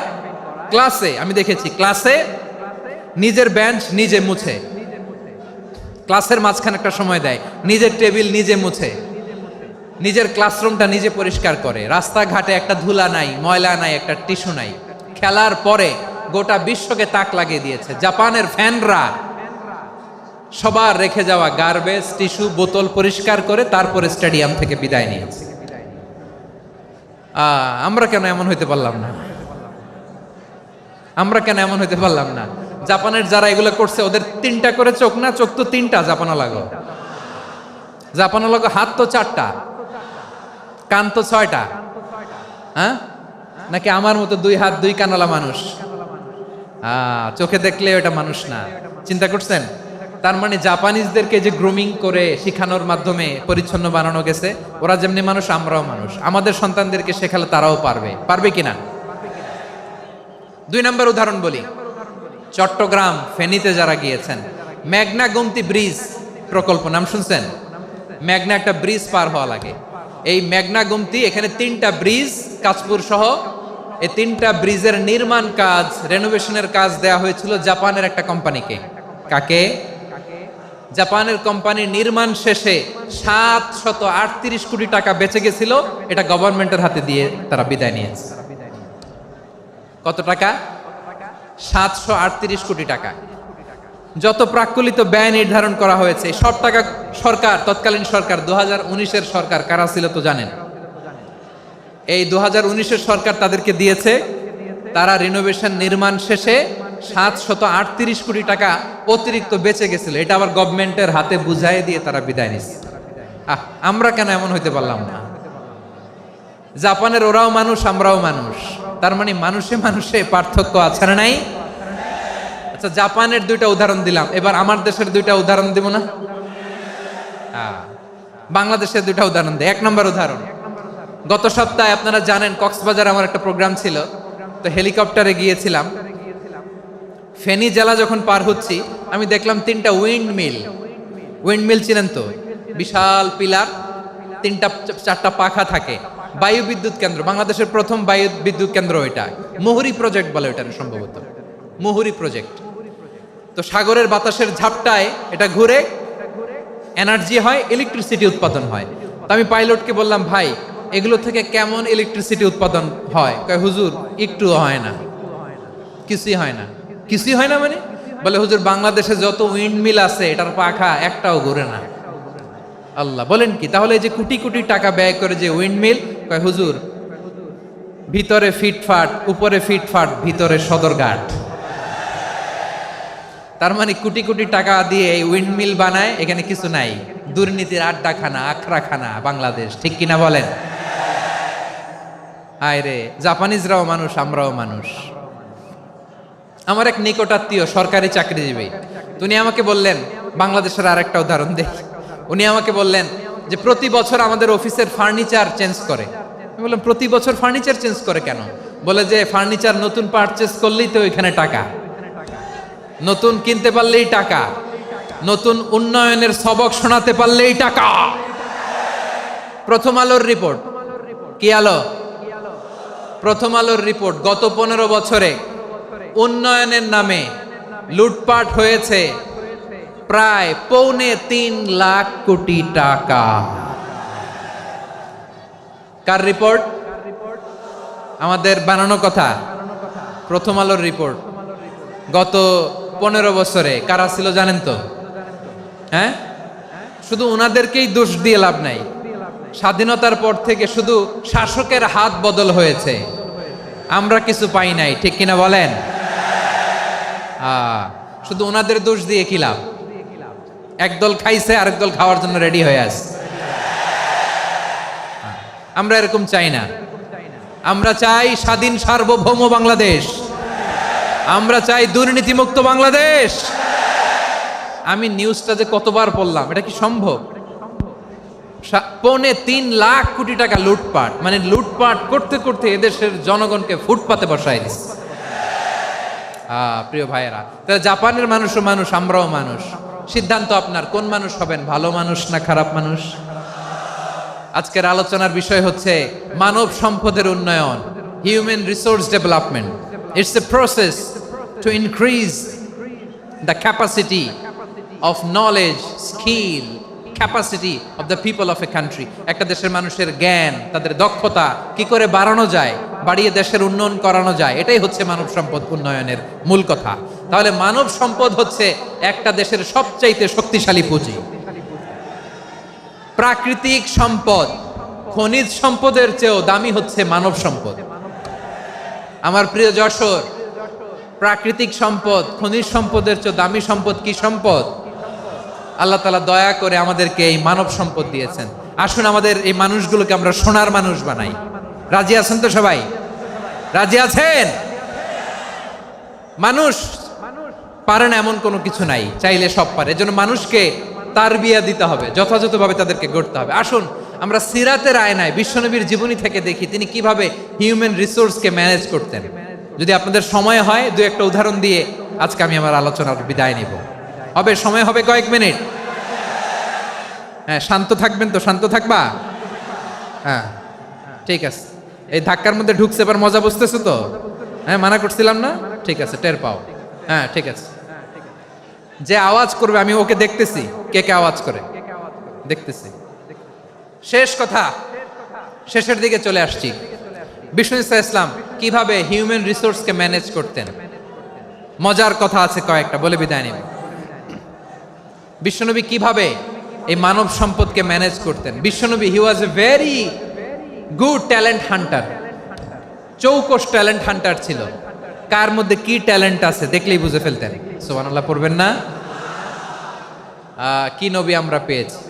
হি was a very good talent hunter. আমার নবী তিনি চৌকস ট্যালেন্ট হান্টার ছিলেন। কার মধ্যে কি প্রতিভা বের করতেন, ওই প্রতিভাকে ইসলামের কল্যাণে কাজে লাগাতেন। সুবহানাল্লাহ বলেন। যাকে যেই জায়গায় সেট করলে ভালো হবে তাকে ওই জায়গায় সেট করতেন। কয়েকজন সাহাবীর জীবনী শোনাই। আবু মাহজুরা রাদিয়াল্লাহু তাআলা আনহু, মক্কার মুয়াজ্জিন, আগে ছিল মুশরিক, পরে হয়েছে মুমিন। উনি কিভাবে মুমিন হইলেন এই ঘটনাটা একটু আপনাদের শোনাতে চাই। তা আপনাদের তো সময় নাই হাতে। হ্যাঁ সময় আছে? এই জেনজি শেষ করে দিল আজকের প্রোগ্রামটা। 1 ঘন্টা ধাক্কা ধাক্কি করে কেমনে দাঁড়ায় আছে আমি বুঝলাম না।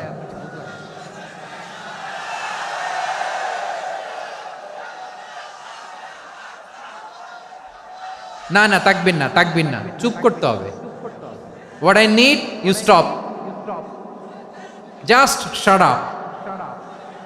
চুপ। হ্যাঁ ঠিক আছে, এভাবে। আবু মাহজুরা রাদিয়াল্লাহু তাআলা আনহু কিভাবে মুসলিম হলেন আওয়াজ করে শুনেন। হুনাইনের যুদ্ধ 8ম হিজরি, বিষ্ণু ইসলাম হুনাইনের যুদ্ধ শেষে ফিরতেছেন। পথিমধ্যে বেলাল রাদিয়াল্লাহু তাআলা আনহু, এই যে আবার কথা, আই রে আল্লাহ রে, এখানে ধাক্কা ধাক্কি কেন? চলে যাও, পেছনে যাও, যাও পেছনে যাও। কি আজীব তামাশা! যেখানে যায় এখানে ধাক্কা ধাক্কি, মারামারি, গায়ের উপরে কাঁধের উপরে শাউটিং। অনেক গুরুত্বপূর্ণ কথা পয়েন্ট করে নিয়ে আসে যে বলবো, এই শাউট করার কারণে প্রোগ্রামটাই নষ্ট করে দেয়। আসছে আমার ভালোবাসা দেখাইতে, প্রোগ্রামটাই শেষ করে দিয়ে চলে যায়। স্টপ। আবার কথা বল, স্টপ। হুনাইনের যুদ্ধে 8ম হিজরি, কত হিজরি সবাই বলেন না একটু, কত হিজরি? 8ম হিজরিতে হুনাইনের যুদ্ধে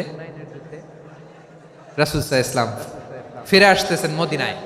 পথিমধ্যে বেলাল রাদিয়াল্লাহু তাআলা আনহু আজান দিচ্ছেন। কি দিচ্ছেন?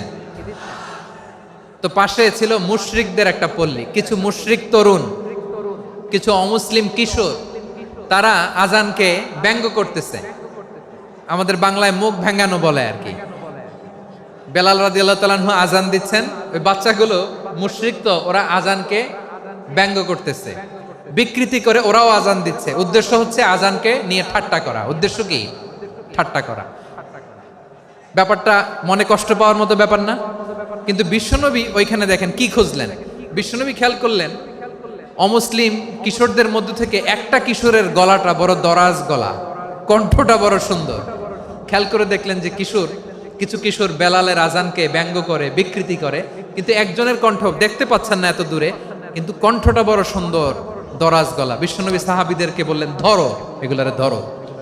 সবগুলারে ধরে বিশ্বনবীর সামনে আনা হলো। ওরা হাঁটু গেড়ে বসলো।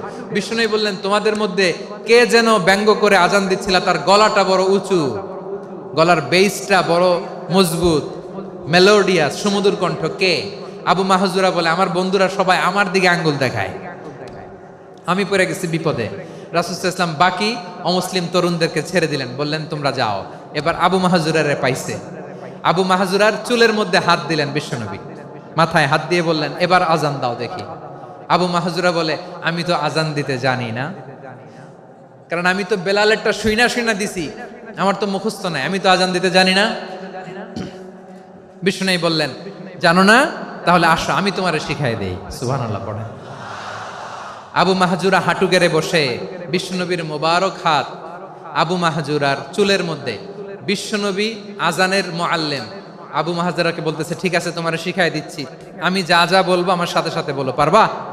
আবু মাহজুরা বলে, পারবো। বিশ্বনবী আজান দিচ্ছেন, মাথায় হাত দিয়ে আল্লাহু আকবার, আল্লাহু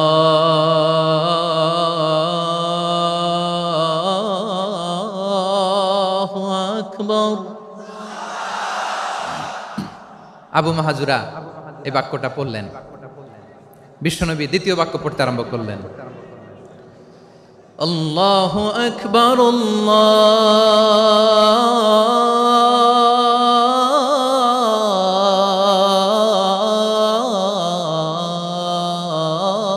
আল্লাহু আকবার। আবু মাহজুরা এই বাক্যটাও বললেন। বিশ্বনবী আবু মাহজুরার মাথার মধ্যে হাত দিয়ে তৃতীয় বাক্য বললেন, আশহাদু আল্লা ইলাহা ইল্লাল্লাহ।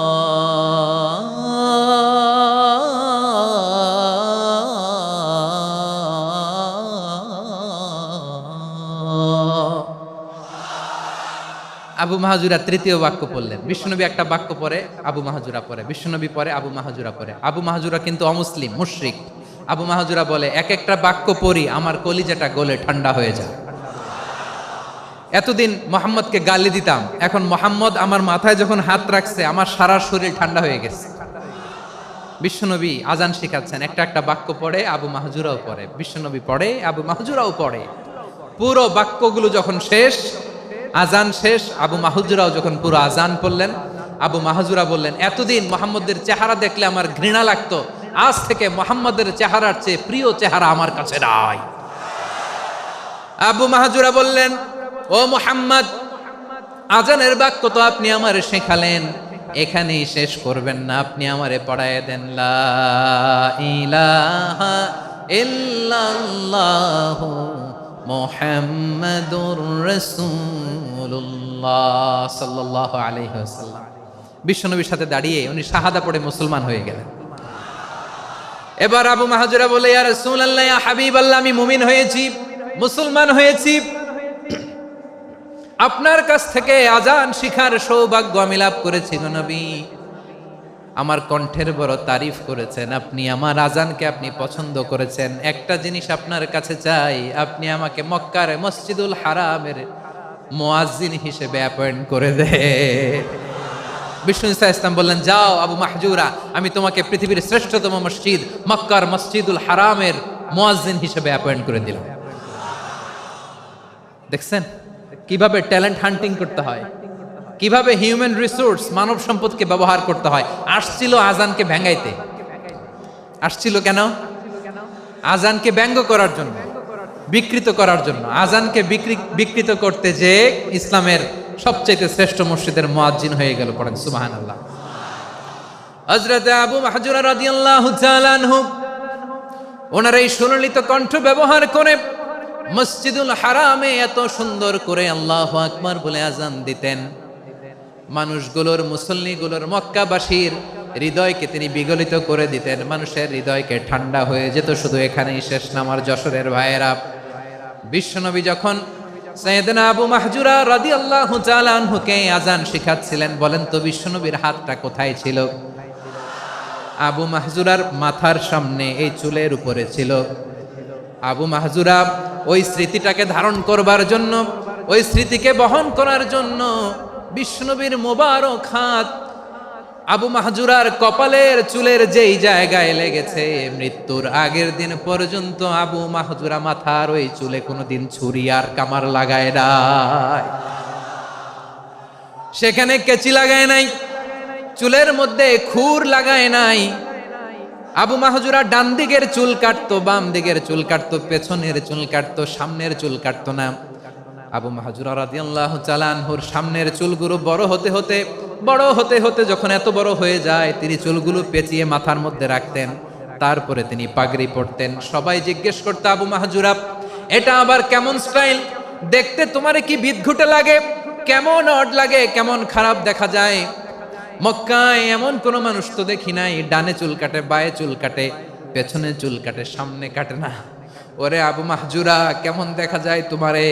তুমি সামনের চুল কাটো না কেন? আবু মাহজুরা বলে, আমি হাঁটু গেড়ে পেয়ারা নবীর সামনে বসেছিলাম, আমার এই মাথার চুলের মধ্যে মুবারক হাত লাগিয়ে বিশ্বনবী নিজে আমাকে আজানের প্রতিটা বাক্য শিক্ষা দিয়েছেন। বিশ্বনবীর মোবারক হাত, পবিত্র হাত আমার মাথার চুলের যেই জায়গায় লেগেছে, আমি চাই ওই চুলগুলা নিয়ে আমি আমার কবরের ভিতরে যাব। সাইয়েদনা আবু মাহজুরা রাদিয়াল্লাহু তাআলা আনহু ইন্তেকালের আগের পর্যন্ত মাথার সামনের চুলগুলা কাটে নাই। মাথার সামনের চুল তিনি কাটেন নাই। সুবহানাল্লাহি বিহামদি। কেমন ভালোবাসতেন বিশ্বনবী সাহাবীদেরকে, সাহাবারা কেমন ভালোবাসতেন বিশ্বনবীকে। সামনের চুলগুলো বড় হতে হতে এত বড় ছিল, পেঁচিয়ে রেখে পাগড়ি পরতেন, কাটতেন না। নবীর হাত লেগেছিল। সুবহানাল্লাহ পড়েন। তাহলে what is the lesson? Moral of the story কি? মোরাল অফ দ্য স্টোরি হচ্ছে, আসছিল আজানকে ব্যঙ্গ করার জন্য, বিকৃত করার জন্য, হয়ে গেল মসজিদুল হারামের মুয়াজ্জিন। দেখেন বিশ্বনবী একটা খারাপ সিচুয়েশনের মধ্যে থেকে কি ভালো জিনিস বের করে আনলেন। আমি যে শুরুতে বলেছি কিভাবে তিনি হিউম্যান রিসোর্সকে ডেভেলপ করেছেন, ম্যানেজ করেছেন। তিনি যে চৌকস ট্যালেন্ট হান্টার ছিল, দেখেন সবার মধ্যে থেকে এর বাছাই করে মুয়াজ্জিন বানাই দিয়েছেন। সুবহানাল্লাহ পড়েন। তার মানে এই না সবাইরে ধরে ধরে উনি মুয়াজ্জিন বানাইছেন। যার যেই ট্যালেন্ট আছে তাকে ওই কাজে অ্যাসাইন করেছেন। যার যেই প্রতিভা আছে তার প্রতিভাকে ইসলামের কাজে লাগিয়েছেন। সুবহানাল্লাহ পড়েন। যায়েদ বিন সাবিত রাদিয়াল্লাহু তাআলা আনহু নাম শুনেছেন? যশোর কথা বেরোয় না। যদি জিজ্ঞাসা সালমান খানের নাম শুনছেন, সবাই হাত তুলবে, জি হুজুর শুনছি, মানে সব দেখা শেষ। সালমান খান, আমির খান, অমুক খান, সব খান মুখস্থ, কিন্তু যায়েদ বিন সাবিতের নাম মুখস্থ নাই মুসলমানদের। যেই সাহাবী মাথার সামনের চুল কাটে নাই, মসজিদুল হারামের মুয়াজ্জিন বানাইছেন বিশ্বনবী, ওই সাহাবীর নাম কি? খায়া ফেলাইস, স্লোগানের সাথে খায়া ফেলাইস। আবু মাহজুরা। কি নাম? আবু মাহজুরা আল জুমাহি রাদিয়াল্লাহু তাআলা আনহু। এই নামটা আজকে নিয়ে যাইতে হবে যশোর। আবু মাহজুরা রাদিয়াল্লাহু তাআলা আনহু। দুই নম্বরে বলছিলাম যায়েদ বিন সাবিত রাদিয়াল্লাহু তাআলা আনহু। বিশ্বনবী দেখলেন মদিনার এই আনসারী সাহাবী হাইলি ট্যালেন্টেড, ইন্টেলেকচুয়াল, মেরিটোরিয়াস, জ্ঞানের প্রতি তার আকর্ষণ, মারাত্মক আকর্ষণ। বিশ্বনবী তাকে দায়িত্ব দিলেন, কোরআন যা নাজিল হয় তুমি লিখো, কাতিবুল ওয়াহি বানায় দিলেন। সুবহানাল্লাহ। যায়েদ বিন সাবিতরে আবার আজান শিখান নাই, কারণ তার মধ্যে বিশ্বনবী প্রতিভা দেখেছেন, একাডেমিক প্রতিভা। বিশ্বনবীর একাডেমিক প্রজেক্টগুলো তিনি হ্যান্ডেল করতেন। যায়েদ বিন সাবিত ছিল বিশ্বনবীর ব্যক্তিগত সচিব। কি ছিল? ব্যক্তিগত সচিব। বোঝেন নাই? বিশ্বনবীর ব্যক্তিগত সচিব এবং দোভাষী। ইহুদিরা কিছু লিখে দিলে এটার অর্থ বিশ্বনবীরে বুঝায় দিতেন, আবার ইহুদিদের কাছে কিছু লিখতে হলে তিনি লিখে দিতেন। বিশ্বনবী একদিন বললেন, ইন্নী ওয়াল্লাহি মা আমানু ইয়াহুদা আলা কিতাব। ইহুদিরা যে চিঠি পাঠায় অর্থ তো বুঝি না, আরেক ইহুদি আইনা অর্থ করা লাগে। আবার ইহুদিদের কাছে কিছু লিখে পাঠাইতে চাইলে আমরা তো লিখতে পারি না, ইহুদিরে দিয়ে লেখা লাগে। ওরা যে পয়রা শোনায় লিখে দেয়, আমি ওদের বিশ্বাস করি না। আমার নিজের একজন লোক দরকার। বিশ্বনবী এই যায়েদ বিন সাবিতকে চুজ করলেন ল্যাঙ্গুয়েজের জন্য। উনি বললেন, যায়েদ তোমার সফট স্কিলকে ডেভেলপ করতে হবে, তুমি হিব্রু ল্যাঙ্গুয়েজ শিখে ফেলো। যায়েদ বিন সাবিত বলল, বিশ্বনবীর মোটিভেশন আর ইন্সপিরেশন পেয়ে আমি 15 দিনে ইহুদিদের এই হিব্রু ল্যাঙ্গুয়েজ শিখে ফেললাম। শুধু শিখে ফেললাম না, হাত্তা হাদিকতু, even I became master in the language. এই ভাষা আমি পারদর্শী হয়ে গেলাম। এরপরে ইহুদিরা চিঠি লিখে পাঠালে আর কোনো ইহুদি ডাকা লাগতো না, আমি নবীর এটার অর্থ শুনে পরে বুঝায় দিতাম। আবার ইহুদিদের কাছে চিঠি লেখা লাগলে আমি যায়েদ বিন সাবিত চিঠি লিখে দিতাম। সুবহানাল্লাহ। দেখেন এত সাহাবীর মধ্য থেকে বিশ্বনবীর একাডেমিক প্রজেক্ট, ব্যক্তিগত সচিব, দোভাষী হিসেবে তিনি যায়েদ বিন সাবিতের মতো তরুণকে নির্বাচিত করেছেন। কেমন ট্যালেন্ট হান্টার ছিল আমার নবী। সুবহানাল্লাহ পড়বেন না? বিশ্বনবীর ইন্তেকালের পরে সাইয়েদনা আবু বকর রাদিয়াল্লাহু তাআলা আনহু যখন খলিফা হয়ে আসলেন, কোরআনকে সংকলনের দায়িত্ব দেয়া লাগবে, কোন সাহাবীকে দিবেন? সব সাহাবারা মিলে পরামর্শ করলেন। সাইয়েদনা আবু বকর, ওমর সবাই মিলে এই বিশাল কোরআন সংকলনের গুরু দায়িত্ব বিশ্বনবীর ব্যক্তিগত সচিব, বিশ্বনবীর দুভাষী, বিশ্বনবীর সিলেক্ট করাই লোক যায়েদ ইবনে সাবিত রাদিয়াল্লাহু তাআলা আনহুকে দিয়েছে। কোরআনের কপি তো আজকে এখানে রাখে নাই। এই যে আজকের যে কোরআন পড়েন, এটা আগে এরকম ছিল না। কোরআন নাজিল হলে সাহাবারা চামড়ার, ওটের চামড়ায় লিখে ফেলতো, ওটের চ্যাপ্টা হাড্ডির মধ্যে লিখে ফেলতো, গাছের গুড়ির মধ্যে লিখে ফেলতো, বিভিন্ন জনের কাছে ছড়ানো ছিটানো ছিল। আবু বকর রাদিয়াল্লাহু তাআলা আনহু একসাথে করলেন, পরবর্তীতে উসমান রাদিয়াল্লাহু তাআলা আনহু একসাথে করলেন 114 সূরার। এখন এই মুসহাফ, এই কম্পাইলেশন, এই কপি আমরা পেয়েছি, যার হিউজ কন্ট্রিবিউশন ছিল। এই পুরো কোরআন কম্পাইলেশনের প্রজেক্ট ম্যানেজার ছিল যায়েদ বিন সাবিত রাদিয়াল্লাহু তাআলা। কোরআন কম্পাইলেশনের প্রজেক্ট ম্যানেজার, দেখেন উনারে মাথায় হাত দিয়ে আজান শিখায় নাই, সুবহানাল্লাহ কইবেন না? তাহলে প্রথম সাহাবী আবু মাহজুরাকে মুয়াজ্জিন বানাইলেন, যায়েদ বিন সাবিতকে ব্যক্তিগত সচিব আর দোভাষী বানালেন, মুসআব ইবনে উমাইর রাদিয়াল্লাহু তাআলা আনহুকে ইসলামের প্রথম অ্যাম্বাসেডর বানালেন। তাহলে তৃতীয় নাম্বার একজন সাহাবীর নাম বলছি, মুসআব ইবনে উমাইর। মুসআব কি নাম? নামটা কেমন লাগে? এই কয়েকজনের ভাল লাগে। 3 নাম্বার সাহাবীর নাম মুসআব, কি নাম? He was the first ambassador in Islam. ইসলামের প্রথম ডিপ্লোম্যাট, প্রথম কূটনৈতিক, ইসলামের প্রথম কূটনৈতিক, ইসলামের প্রথম ডিপ্লোম্যাট, প্রথম অ্যাম্বাসেডর মুসআব ইবনে উমাইর। মক্কার তরুণ যুবক, উনি পারফিউম লাগাইলে মানুষ দেখলেই বুঝতো এটা মুসআব লাগাইছে। এমন ড্যাশিং ফেসের ছিল, এমন স্মার্ট ড্যাশিং ফেস, এমন পার্সোনালিটির মানুষ ছিল মুসআব রাদিয়াল্লাহু তাআলা।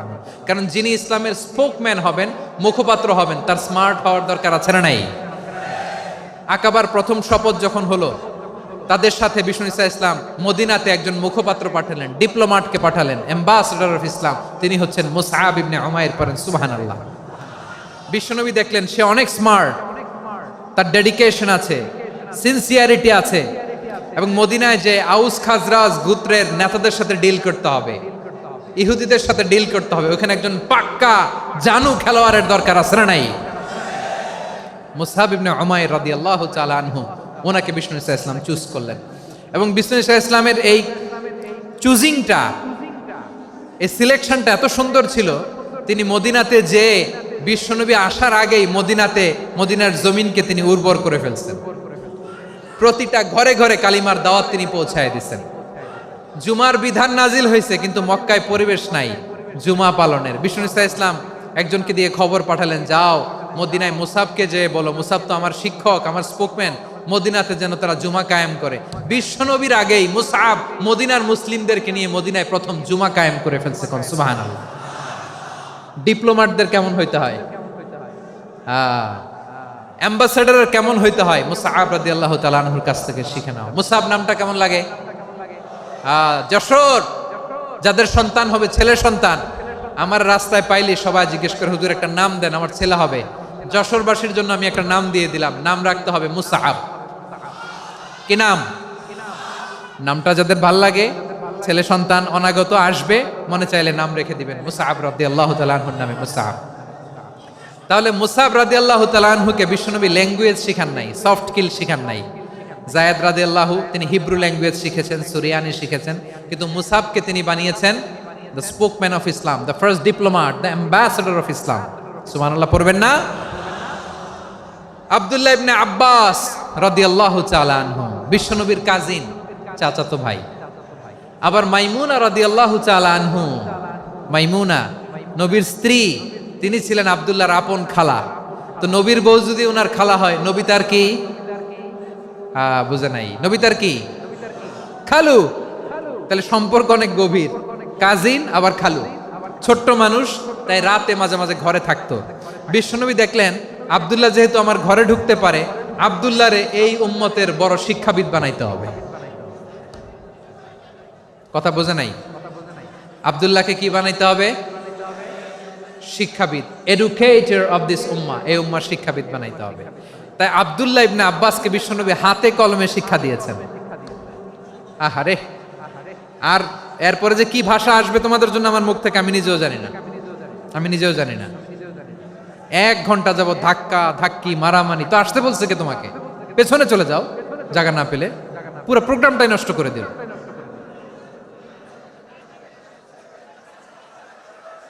জি, আমার দিকে তাকান, আমি শেষ করে দিচ্ছি। হবে না, ইন্টেলেকচুয়াল আলোচনা এখানে হবে না, আমি বুঝতে পারছি, আমি শেষ করে দিচ্ছি। আব্দুল্লাহ ইবনে আব্বাস রাদিয়াল্লাহু তাআলা আনহু, মনোযোগ দিয়ে কয়েকটা মিনিট শুনুন, আমি এখনই শেষ করে দিচ্ছি, এরপর আওয়াজ করবে। এই যে এগুলো কি আমি বুঝলাম না। আমি বললাম না সব করা যাবে, বসে যাও, শুয়ে যাও, চলে যাও, আওয়াজ করা যাবে না। অন্যকে বসো এটাও বলার দরকার নেই, জাস্ট এদিকে তাকাও। আল্লাহ। আব্দুল্লাহ ইবনে আব্বাস রাদিয়াল্লাহু তাআলা আনহু, উনাকে বিশ্বনবী হাতে কলমে শিক্ষা দিয়েছেন, যেহেতু উম্মতের শিক্ষাবিদ হবেন, এডুকেটর হবেন। তো বিশ্বনবী রাতে যখন তাহাজ্জুদ পড়তেন, ছোট্ট আব্দুল্লাহ ঘরে থাকতো, বুঝতে পেরেছেন? ছোট্ট মানুষ তো ঘরে থাকতো। তো বিশ্বনবী তাহাজ্জুদের জন্য একবার দাঁড়িয়েছেন, ছোট্ট আব্দুল্লাহ ওযু করে দাঁড়াইছে। আচ্ছা বলেন তো, ইমাম আর মুসল্লি মোট যদি 2 জন হয়, একজন ইমাম একজন মুসল্লি, তো মুসল্লি ইমামের কোন দিকে দাঁড়াবে? ডানে দাঁড়াবে। ছোট্ট আব্দুল্লাহ বুঝে নাই, বিশ্বনবী তাহাজ্জুদ শুরু করেছেন, উনি ইক্তেদা করছেন আর দাঁড়াইছেন বায়ে। কোথায় দাঁড়িয়েছেন? আব্দুল্লাহ বলেন, যখন আমি বায়ে দাঁড়ালাম, আখাযা রাসূলুল্লাহ সাল্লাল্লাহু আলাইহি ওয়াসাল্লাম উযুনি আল ইউমনা ইয়াফতিলুহা, বিশ্বনবী নামাজরত অবস্থায় আমার কান ধরে টেনে আমার ডান দিকে এনে দাঁড় করায় দিলেন। পড়েন সুবহানাল্লাহ। দেখেন, হাতে কলমে শিক্ষা। আর জীবনে ভুলাবে? কথা কয় না, আর ভুলাবে? আর ভুল হবে না। এভাবে বিশ্বনবীর অনেক সঙ্গ পেয়েছেন, সফর করেছেন, একই বাহনে বসেছেন, এক বাহনে বসে লম্বা নাসিহত করেছেন, বলেছেন, ইয়া গোলাম ইহফাজিল্লাহ ইয়াহফাজকা, ইহফাজিল্লাহ তাজিদহু তুজাহাক, ইযা সাআলতা ফাসআলিল্লাহ ওয়া ইযা ইসতাআনতা ফাসতাইন বিল্লাহ। আল্লাহর বিধান মানো, আল্লাহর বিধান রক্ষা করো, আল্লাহ তোমায় রক্ষা করবে। আব্দুল্লাহ, চাইতে হলে আল্লাহর কাছে চাও, সাহায্য চাইতে হলে আল্লাহর কাছে সাহায্য চাও। মনে রাখো, গোটা বিশ্বের সবাই যদি তোমার সাহায্য করতে চায়, ততটুকুই করতে পারবে যতটুকু আল্লাহ তোমার নসিবে রেখেছে। গোটা বিশ্ব যদি তোমার বিরুদ্ধে ষড়যন্ত্রে দাঁড়িয়ে যায়, ক্ষতি ততটুকু করতে পারবে যতটুকু তোমার জন্য বরাদ্দ আছে, এর বাইরে কিছু করতে পারবে না। আওয়াজ করে বলেন ঠিক কিনা?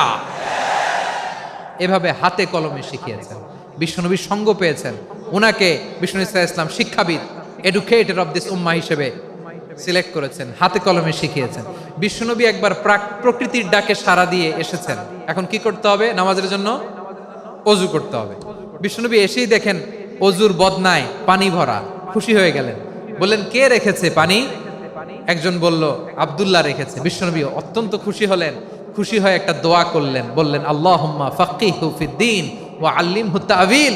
আল্লাহ, তুমি আব্দুল্লাহকে দ্বীনের বুঝ দিও আর কোরআনের তাফসীর শিক্ষা দিও। বিশ্বনবীর এই দোয়া এমন লাগছে, উনি রাইসুল মুফাসসিরিন, এই পৃথিবীতে যত মুফাসসির ছিল, যত মুফাসসির আসবে, সকল মুফাসসিরের সম্রাট হিসেবে স্বীকৃত হয়েছেন আব্দুল্লাহ ইবনে আব্বাস। বিশ্বনবী ওনারে আজান শিখান নাই, বিশ্বনবী ওনারে ল্যাঙ্গুয়েজ শিখান নাই, বিশ্বনবী ওনারে অ্যাম্বাসাডর বানান নাই, হাতে কলমে শিক্ষা দিয়েছেন। ছোট্ট মানুষ, বিশ্বনবী ইন্তেকাল করলেন, আবু বকরের সময় গেল, ওমরে ফারুকের খেলাফত, তখনও তিনি তরুণ। ওমরে ফারুক রাদিয়াল্লাহু তাআলা আনহু ওনার ক্যাবিনেট মিনিস্ট্রির বৈঠকে এই আব্দুল্লাহ ইবনে আব্বাসকে পাশ দিয়ে বসায় রাখতেন। বয়স্ক সাহাবারা এটা পছন্দ করতো না, তারা বলতো, ঘটনা কি? আব্দুল্লাহর মতো ছেলে নাতি আমাদের আছে, এরা কেন রাখে ওমরে ফারুক? ওমরে ফারুক এটা টের পেলেন, তিনি বুঝতে পারলেন যে ক্যাবিনেট মেম্বাররা এটা পছন্দ করে না, ছোট্ট আব্দুল্লাহরা কেন রাখি, কেন যে রাখি, এটা একদিন বুঝাবো। একদিন মিটিং এ তিনি সবাইকে বললেন, ইযা জাআ নাসরুল্লাহি ওয়াল ফাতহ। এই আয়াত দ্বারা উদ্দেশ্য কি বলেন তো মুরব্বী সাহাবীরা? এক সাহাবী বলেন, এই সূরা দ্বারা উদ্দেশ্য, আল্লাহ বলেছেন আমাদেরকে বিভিন্ন ল্যান্ড, বিভিন্ন এলাকা বিজয় করতে হবে। ওমরে ফারুক বললেন, না, হয়নি। আরেকজন বললেন, বিজয় হওয়ার পর আমাদের বেশি বেশি আল্লাহর বরত্বের ঘোষণা দিতে হবে, এটা উদ্দেশ্য। ওমরে ফারুক বললেন, না, হয় নাই। যারে জিজ্ঞেস করেন কেউ পারে না। সব শেষে বিশ্বনবী ছোট্ট আব্দুল্লাহরে বলেন, আব্দুল্লাহ, ইদা জা নাসরুল্লাহি ওয়াল ফাত, এর দ্বারা উদ্দেশ্য কি বলো তো? ছোট্ট আব্দুল্লাহ বলেন, হুয়া আজালু রাসূলিল্লাহ। এই আয়াত দ্বারা বিশ্বনবীর বিদায়কে উদ্দেশ্য নেওয়া হয়েছে। ওমরে ফারুক বললেন, হাযা হুয়া, এটাই তো সঠিক উত্তর, এটাই সঠিক তাফসীর এই আয়াতের। কারণ ইদা জা নাসরুল্লাহি ওয়াল ফাত, যখন আল্লাহর সাহায্য আর বিজয় আসবে, ওয়া রাআইতান নাসা ইয়াদখুলুনা ফি দীনিল্লাহি আফওয়াজা, আপনি দেখবেন দলে দলে ঢলে ঢলে বানের পানির মতো মানুষ ইসলামের দিকে ঢুকতেছে, ইসলামের বিজয় হয়েছে। তো ইসলামের বিজয়ের মিশন নিয়ে নবী আসছে, বিজয়ী যখন হয়ে গেছে এখন তো নবীর বিদায় হবে। জোরে বলেন ঠিক কিনা? কোন সাহাবী এই সূক্ষ্ম কথাটা ধরতে পারে নাই, ওই আব্দুল্লাহ ছাড়া। আব্দুল্লাহ যখন উত্তর দিছে সব সাহাবীদের টনক নড়েছে। এরপর থেকে কোনো ক্যাবিনেট মিটিং এ আর কোনো সাহাবারা কোনো প্রশ্ন করে নাই, আওয়াজ করে পড়েন সুবহানাল্লাহ। বিশ্বনবী আব্দুল্লাহ ইবনে আব্বাসকে দ্য এডুকেটর অফ দ্য উম্মাহ, উম্মার শিক্ষাবিদ হিসেবে গ্রহণ করেছেন। আওয়াজ করে পড়তে হবে আল্লাহু আকবার। সাহাবীদের নামগুলো মনে থাকবে? 1 নম্বরে আবু মাহজুরা, মুয়াজ্জিন বানাইছেন। যায়েদ ইবনে সাবিত, দোভাষী, ট্রান্সলেটর অফ প্রফেট, এবং তিনি ছিলেন বিশ্বনবীর ব্যক্তিগত সচিব। মুসআব ইবনে উমাইর, the first ambassador and diplomat of Islam. আব্দুল্লাহ ইবনে আব্বাস, এই উম্মার সবচেয়ে বড় এডুকেটর, শিক্ষাবিদ। আরেকজন ছিল আব্দুল্লাহ ইবনে মাসউদ রাদিয়াল্লাহু তাআলা। 2 আব্দুল্লাহ, আব্বাস গেল, আরেকজন হচ্ছে মাসউদ। মক্কার তরুণ, ছাগল পালতো মুশরিকের বিশ্বনবী আর আবু বকর রাদিয়াল্লাহু তাআলা আনহু একবার গেলেন, যে দেখে এই তরুণ দাঁড়ায় আছে। বিশ্বনবী বলেন, আমি খুব ক্ষুধার্ত, তোমার কাছে কি দুধ আছে ছাগলের? আব্দুল্লাহ ইবনে মাসউদ বলে, আছে। ওয়ালাকিন আনা মুতামান, কিন্তু যে দুধ আছে এটা আমানতের, আমি দিতে পারবো না। বিশ্বনবী এইটা শুনেই তার টার্গেট করে ফেলছে। আনা মুতামান, দুধ আছে কিন্তু এটা আমার মালিকের, আমি তো দরদ দেখাই, আমার মালিকের দুধ আপনি পথিক, আপনারে দিতে পারি না। বিশ্বনবী টার্গেট করে ফেলছেন, এরে আমার কাজে লাগাইতে হবে। বিশ্বনবী বললেন, আচ্ছা ঠিক আছে, দুধ দিও না, কিন্তু এমন ছাগি আছে কিনা যেই ছাগির সাথে কোনো ছাগলের মিলন হয় নাই, তার ওলানে দুধও আসে নাই, বাচ্চাও নাই, এরকম ছাগির থেকে যদি আমি দুধ খাই তাহলে তো সমস্যা নাই। বলতেছে, এরকম ছাগির থেকে দুধ খাইলে সমস্যা নাই, কারণ এরকম ছাগির ওলান থেকে দুধ আসবেও না। বলতেছে, ঠিক আছে, এরকম একটা ছাগি নিয়ে আসা হলো। বিশ্বনবী বিসমিল্লাহ বলে ওই ছাগির ওলানে হাত দিলেন। হাত দিতে দেরি, পুরো ওলানটা দুধে ভরে যেতে দেরি হয় না। বিশ্বনবী আর আবু বকর রাদিয়াল্লাহু তাআলা আনহু দহন করে পেট ভরে খেলেন। এই দৃশ্য আব্দুল্লাহ ইবনে মাসউদের হৃদয়ে দাগ কাটলো। এই মুজিজা দেখে তিনি বললেন, আশহাদু আল্লা ইলাহা ইল্লাল্লাহ ওয়া আশহাদু আন্না মুহাম্মাদুর রাসূলুল্লাহ। তিনি ষষ্ঠ মুসলিম ছিলেন, 6 নম্বর মুসলমান। ওনাকে টার্গেট করে বিশ্বনবী দেখলেন এমন ইন্টেলেকচুয়াল ব্রেন, উনি সূক্ষ্ম সূক্ষ্ম জিনিস বুঝে বেশি, ফিকহি জ্ঞান ওনার মধ্যে বেশি। বিশ্বনবী ওনাকে কোরআনের জ্ঞান শিক্ষা দিতে লাগলেন। উনি বিশ্বনবী সবার কাছে কোরআন শোনায়, কিন্তু বিশ্বনবী নিজে আব্দুল্লাহ ইবনে মাসউদের কাছ থেকে কোরআন শুনতো। বিশ্বনবী একবার বললেন, ইকরা আলাইয়া ইয়া মাসউদ। ইবনে মাসউদ, একবার শোনাও তো কোরআন দেখি। আব্দুল্লাহ ইবনে মাসউদ বলে, আকরাউ আলাইকা ওয়া আলাইকা উনজিল। নবী, আপনার উপর কোরআন নাজিল হয় আর আমি আপনার সামনে কোরআন পড়ব। বিশ্বনবী বললেন, ইন্নী উহিব্বু আন আসমাআহু মিন গায়রি। আমি নিজে পড়তে যেমনি ভালোবাসি, অন্যে পড়ুক আমি শুনবো, এটাও আমি ভালোবাসি। সূরা নিসা তিনি তেলাওয়াত করে শুনিয়েছেন। এমন সূক্ষ্ম সূক্ষ্ম বিষয় বিশ্বনবী উনাকে ধরিয়ে দিয়েছেন। উনি হয়ে গিয়েছেন, আব্দুল্লাহ ইবনে আব্বাস হয়েছেন রাইসুল মুফাসসিরিন, উনি হয়ে গিয়েছেন ফাকিহুল উম্মাহ। ওনার চাইতে বড় ফকিহ এই পৃথিবী আর দেখবে না। চিল্লায় বলেন সুবহানাল্লাহ। উনি বলতেন, ওয়াল্লাহি ওয়াল্লাহি ইল্লাযী লা ইলাহা গায়রু মা উনজিলাত সূরাতুন ইল্লা ওয়া আনা আ'লামু আইনা উনজিলাত ওয়া ফীমা উনজিলাত। বিশ্বনবী এমন ভাবে কোরআনের দার্স আমাকে দিয়েছেন, কোরআনে যত সূরা নাজিল হয়েছে, যেখানে নাজিল হোক না কেন আমি জানি এটা কোথায় নাজিল হয়েছে এবং কোন প্রেক্ষাপটে নাজিল হয়েছে।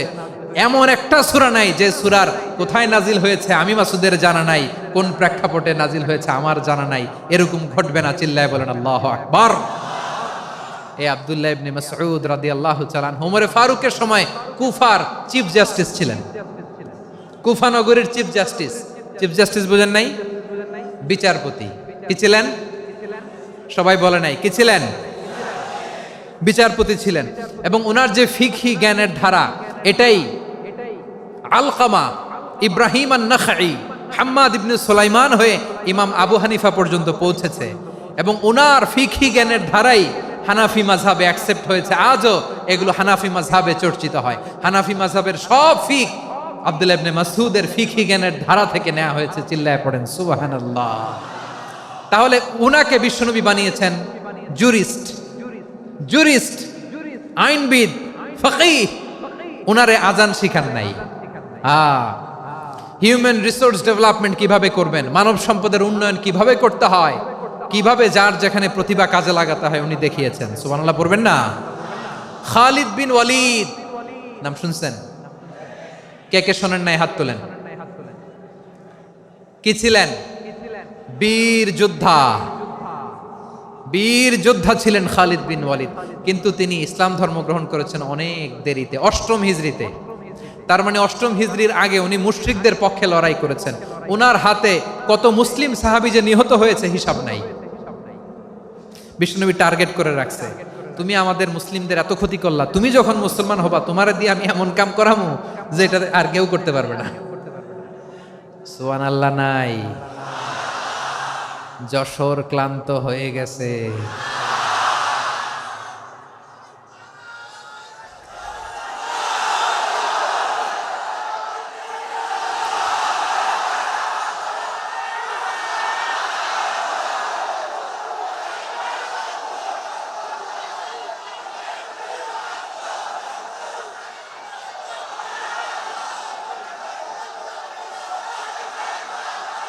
মাশাআল্লাহ, বসুন বসুন বসুন। খালিদ বিন ওয়ালিদ রাদিয়াল্লাহু তাআলা 8ম হিজরিতে মুসলিম হয়েছেন, মক্কা বিজয়ের আগে। তো মক্কা বিজয়ের আগে যখন মুসলিম হয়েছেন, এর আগে কি করছেন? কাফিরদের সাথে যুদ্ধ করেছেন। উনি উহুদের যুদ্ধে মুসলমানদের যে পরাজয় ভাব, কঠিন পরিস্থিতির মুখোমুখি উনার কারণে পেছন থেকে এমন আতর্কিত আক্রমণ করেছেন, মুসলমানদেরকে কচুকাটা করেছেন। 8ম হিজরিতে আল্লাহ তাআলা হেদায়েতের নূর দিয়ে ওনার হৃদয়টাকে উজালা করে দিলেন। লা ইলাহা এটা এমন বাণী যার হৃদয়ে একবার টাচ খাবে, এইটা থেকে সে আর পালিয়ে বেড়াতে পারে। ঝিনুকের ভেতর লুকিয়ে থাকে যেমন মতি, ঝিনুকের ভেতর লুকিয়ে থাকে যেমন মতি, কলমা শাহাদাতে আছে আল্লাহর জ্যোতি, কলমা শাহাদাতে আছে আল্লাহর জ্যোতি। ঠিক কিনা বলেন? মক্কা বিজয়ের আগে মুসলিম হলেন, হওয়ার পরেই বিশ্বনবীর টার্গেট ফুলফিল হলো। ওই যে টার্গেট করে রেখেছেন আর দোয়া করেছেন, খালিদ বিন ওয়ালিদ যদি মুসলিম হয় তাকে আমি মিলিটারি চিফ বানাবো। ওনাকে আজান শিখান নাই, ওনারে কান ধইরা নামাজের এই মাথা থেকে ওই মাথা আনান নাই, ফিকহি কোরআনের সূক্ষ্ম তাফসীর ওনারে শিখান নাই, অ্যাম্বাসেডর বানান নাই। বিষ্ণু ইসলাম উনাকে সামরিক অভিযানে প্রেরণ করেছেন। সামরিক অভিযানে তিনি প্রেরণ করেছেন। উনার জীবদ্দশায় উনার নেতৃত্বে যতগুলো যুদ্ধ হয়েছে, একটা যুদ্ধেও তিনি পরাজয় বরণ করেন নাই। ওমরে ফারুকের সময়কালে তিনি চিফ অফ মুসলিম মিলিটারি, মানে মুসলিম সেনাপতি হয়েছেন। যশোর আওয়াজ করো, ঠিক কিনা বলো? সেনাপতি, মুসলিম সেনাপতি। তাহলে কিভাবে হিউম্যান রিসোর্স ব্যবহার করতে হয় গোটা বিশ্ব আমার নবীর কাছ থেকে শিখে নাও। খালিদ বিন ওয়ালিদ, ওনাকে বিশ্বনবী একটা উপাধি দিয়েছেন। উপাধিটা হচ্ছে সাইফুল্লাহিল মাসলুল, আল্লাহর নাঙ্গা তরবারি, আল্লাহর খোলা তরবারি, দ্য ওপেন সোর্ড অফ আল্লাহ। খালিদ বিন ওয়ালিদ মুসলিম সেনাপতি। হাসান বিন সাবেত নাম শুনছেন? দেখি উনি কি ছিল বলেন। রাসূলের সভা কবি, কালচারাল হিজিমনিকে ডিফিট করার জন্য। উনি ভালো অস্ত্র চালানো জানতেন না, ওই কাজে উনি যেতেন না। ওনার ছিল কাব্য প্রতিভা। কাব্য প্রতিভা, কাফিররা কবিতা দিয়ে নবীকে গালি দিত। বিশ্বনবী বলতেন, ইয়া হাসান আজিব আন রাসূলিল্লাহ, তুমি নবীর হয়ে কাফেরদের এই কথাগুলোর জবাব দাও। বিশ্বনবীর একটা মিম্বার ছিল। বিশ্বনবীর মিম্বারের পাশাপাশি মসজিদে নববীতে এই হাসান বিন সাবেতের জন্য বিশ্বনবী একটা স্পেশাল মিম্বার বানিয়ে দিয়েছেন। এখান থেকে তুমি জবাব দাও। এবং বিশ্বনবী বলেছেন, আল্লাহুম্মা আইয়িদহু বিরূহিল কুদুস। আল্লাহ, হাসান আমার পক্ষে জবাব দেয়, তুমি জিব্রাইল মারফত তাকে সাহায্য পাঠাইয়া দিও। রাসূল সাল্লাল্লাহু আলাইহি ওয়াসাল্লামের সভা কবি, the poet of the prophet, নবীর কবি। উনি কবিতা দিয়ে, এমন উচ্চাঙ্গের ভাষায় কবিতা দিয়ে তিনি জবাব দিতেন, কাফিরদের গা শিহরে যেত, তাদের হৃদয়ে আগুন ধরে যেত। তাহলে এরকম কবিরও দরকার আছে না নাই? এখন যাকে আল্লাহ দিছে কাব্য প্রতিভা, এরা যদি আপনি যুদ্ধের ময়দানে পাঠান হবে? যারে দিছে সুরেলা গলা, এরা যদি অ্যাম্বাসেডর বানান হবে না। হাসান বিন সাবিত ছিলেন বিষ্ণু ইসলামের কবি। হুযায়ফা ইবনুল ইয়ামান বিশ্বনবীর গোয়েন্দা বিভাগের প্রধান। কিসের প্রধান? হুযায়ফা ইবনুল ইয়ামান। ওনার ছিল ডিটেকটিভ মাইন্ড, গোয়েন্দা বিভাগের প্রধান, এবং উনি হচ্ছেন সাহিবু সিররি রাসূলিল্লাহ, রাসূল সাল্লাল্লাহু আলাইহি ওয়াসাল্লামের গোপন তথ্যের ধারক বাহক। নবীর যেই কথা কেউ জানে না, সব হুযায়ফার পেটের ভিতরে ছিল। সুবহানাল্লাহ পড়েন। মদিনার যত ইহুদিদের একটা লিস্ট ছিল, এই লিস্ট শুধু দুইজন জানতো, বিশ্বনবী আর হুযায়ফা। সুবহানাল্লাহ পড়বেন না? তাহলে উনাকে কোন দায়িত্ব দিছে? কোন বিভাগ? যশোর। আওয়াজ করো, কোন বিভাগ? গোয়েন্দা বিভাগের হেড ছিল। খন্দকের যুদ্ধে প্রচন্ড আজকের মতো শৈত্য প্রবাহ, মাটি খনন করতে করতে সাহাবীদের পেটে ক্ষুধা নাই, দাঁড়াইতে পারে না নামাজের জন্য, এত ক্লান্ত, ক্ষুধা, ক্লান্ত, শ্রান্ত। বিশ্বনবী বললেন, কে আছো? এই কঠিন শীত, এই ভয় আর ক্ষুধার মধ্যেও খন্দকের পরীক্ষার টপকে শত্রু শিবিরে যে আমাকে তথ্য দিবা, কে আছো? কারো গায়ে শক্তিই নাই যে দাঁড়াবে, কেউ দাঁড়ায় না। বিশ্বনবী তখন নিজে হুযায়ফাকে ডাক দিলেন, হুযায়ফা, যে আমাকে আজকে শত্রু শিবিরের তথ্য এনে দিবে, সে জান্নাতে আমার মোরাফাকা, আমার সঙ্গী হবে। হুযায়ফা রাদিয়াল্লাহু ইবনুল ইয়ামান জীবনের ঝুঁকি নিয়ে এই ক্ষুধা, শৈত্য প্রবাহ, কোল্ড ওয়েভসকে উপেক্ষা করে পরীক্ষা টপকে শত্রু শিবিরে যে সবার কথাগুলো চুপে চুপে শুনে বিশ্বনবীর দরবারে এসে গোয়েন্দাদের মতো তথ্য সরবরাহ করেছে। বিশ্বনবীর গোয়েন্দা বিভাগের প্রধান হুযায়ফা ইবনুল ইয়ামান ইন্টেলিজেন্স বিভাগ চালাতেন। মুনাফিকদের নাম ওনার কাছে ছিল। মুআয ইবনে জাবাল মদিনা রাষ্ট্রের সবচেয়ে সিনিয়র আমলা ছিলেন। আমলাতন্ত্র চিনেন তো? প্রশাসনিক কাজ যারা চালায়, অ্যাডমিনিস্ট্রেশন বুঝেন না?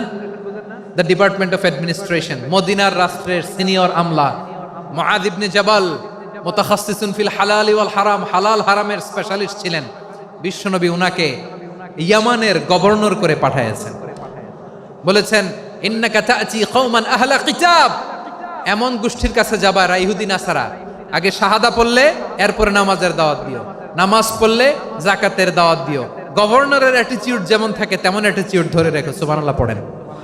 তাহলে মুআয ইবনে জাবালকে দিয়ে বিশ্বনবী কবিতা লেখায় নাই, চিঠি লেখায় নাই, আজান দেওয়ায় নাই। সুবহানাল্লাহ পড়বেন না? সব শেষ সাহাবী বলি আবু হুরায়রা রাদিয়াল্লাহু তাআলা আনহু। নাম শুনছেন? বিড়ালের বাবা। কি করতেন? খালি হাদিস মুখস্থ করতেন। উনি বলতেন, আলজামু রাসূলুল্লাহ আলা মিল ইবাতনি, আমার শুধু পেটের ক্ষুধার বন্দোবস্ত হইলে আমি নবীর সঙ্গ ছাড়তাম না। আমার আনসার সাহাবারা ক্ষেত খামারের কাজ করত, আমার মুহাজির সাহাবারা ব্যবসা করত, আর আমি নবীর সাথে সাথে থাকতাম। শুধু সকাল বিকাল দুই বেলা যদি আমার খাবারের বন্দোবস্ত হয়, আমি আর নবীর লক ছাড়ি না। সুবহানাল্লাহ কইবেন না? 5374টা হাদিস তিনি বর্ণনা করেছেন। সবচেয়ে বেশি হাদিস বর্ণনাকারী সাহাবী। হাদিস প্রিজার্ভেশনের কাজে বিশ্বনবী ওনাকে কাজে লাগিয়েছেন। উনি একদিন বলেন, ইয়া রাসূলুল্লাহ আসমাউ মিনকা কাসীরান ফালা আহফাজু, নবী অনেক কথা শুনি আমার মনে থাকে না। বিষ্ণু বললেন, তাই?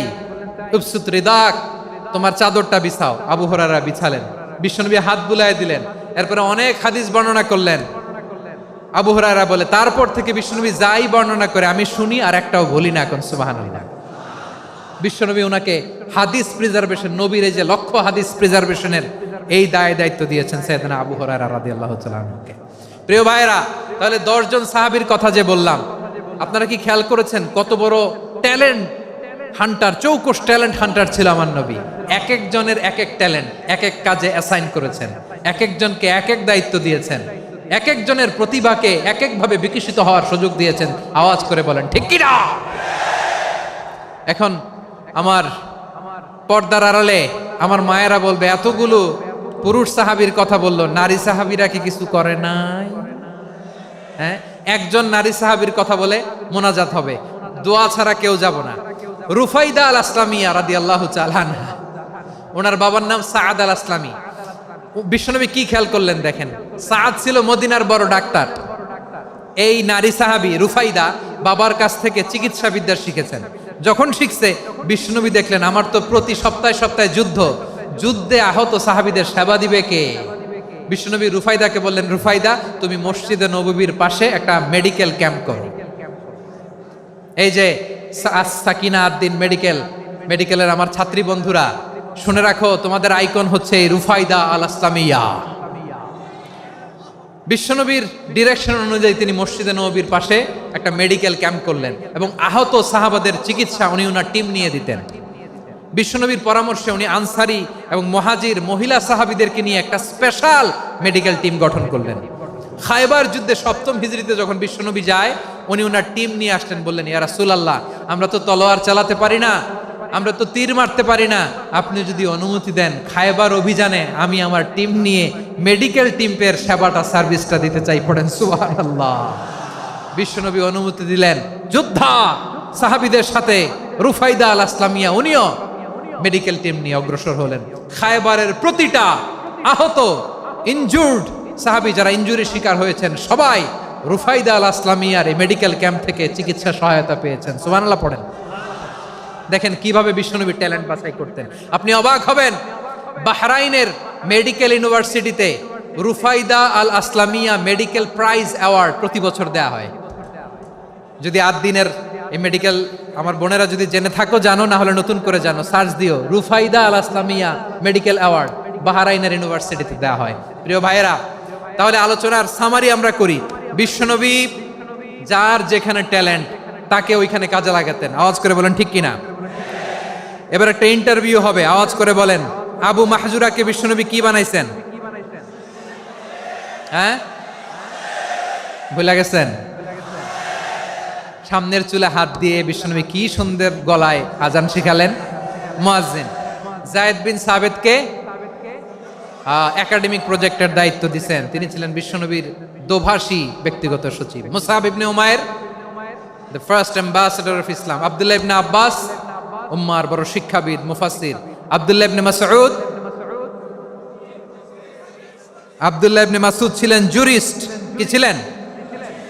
জুরিস্ট ছিলেন, এই উম্মার সবচেয়ে বড় জুরিস্ট। খালিদ বিন ওয়ালিদ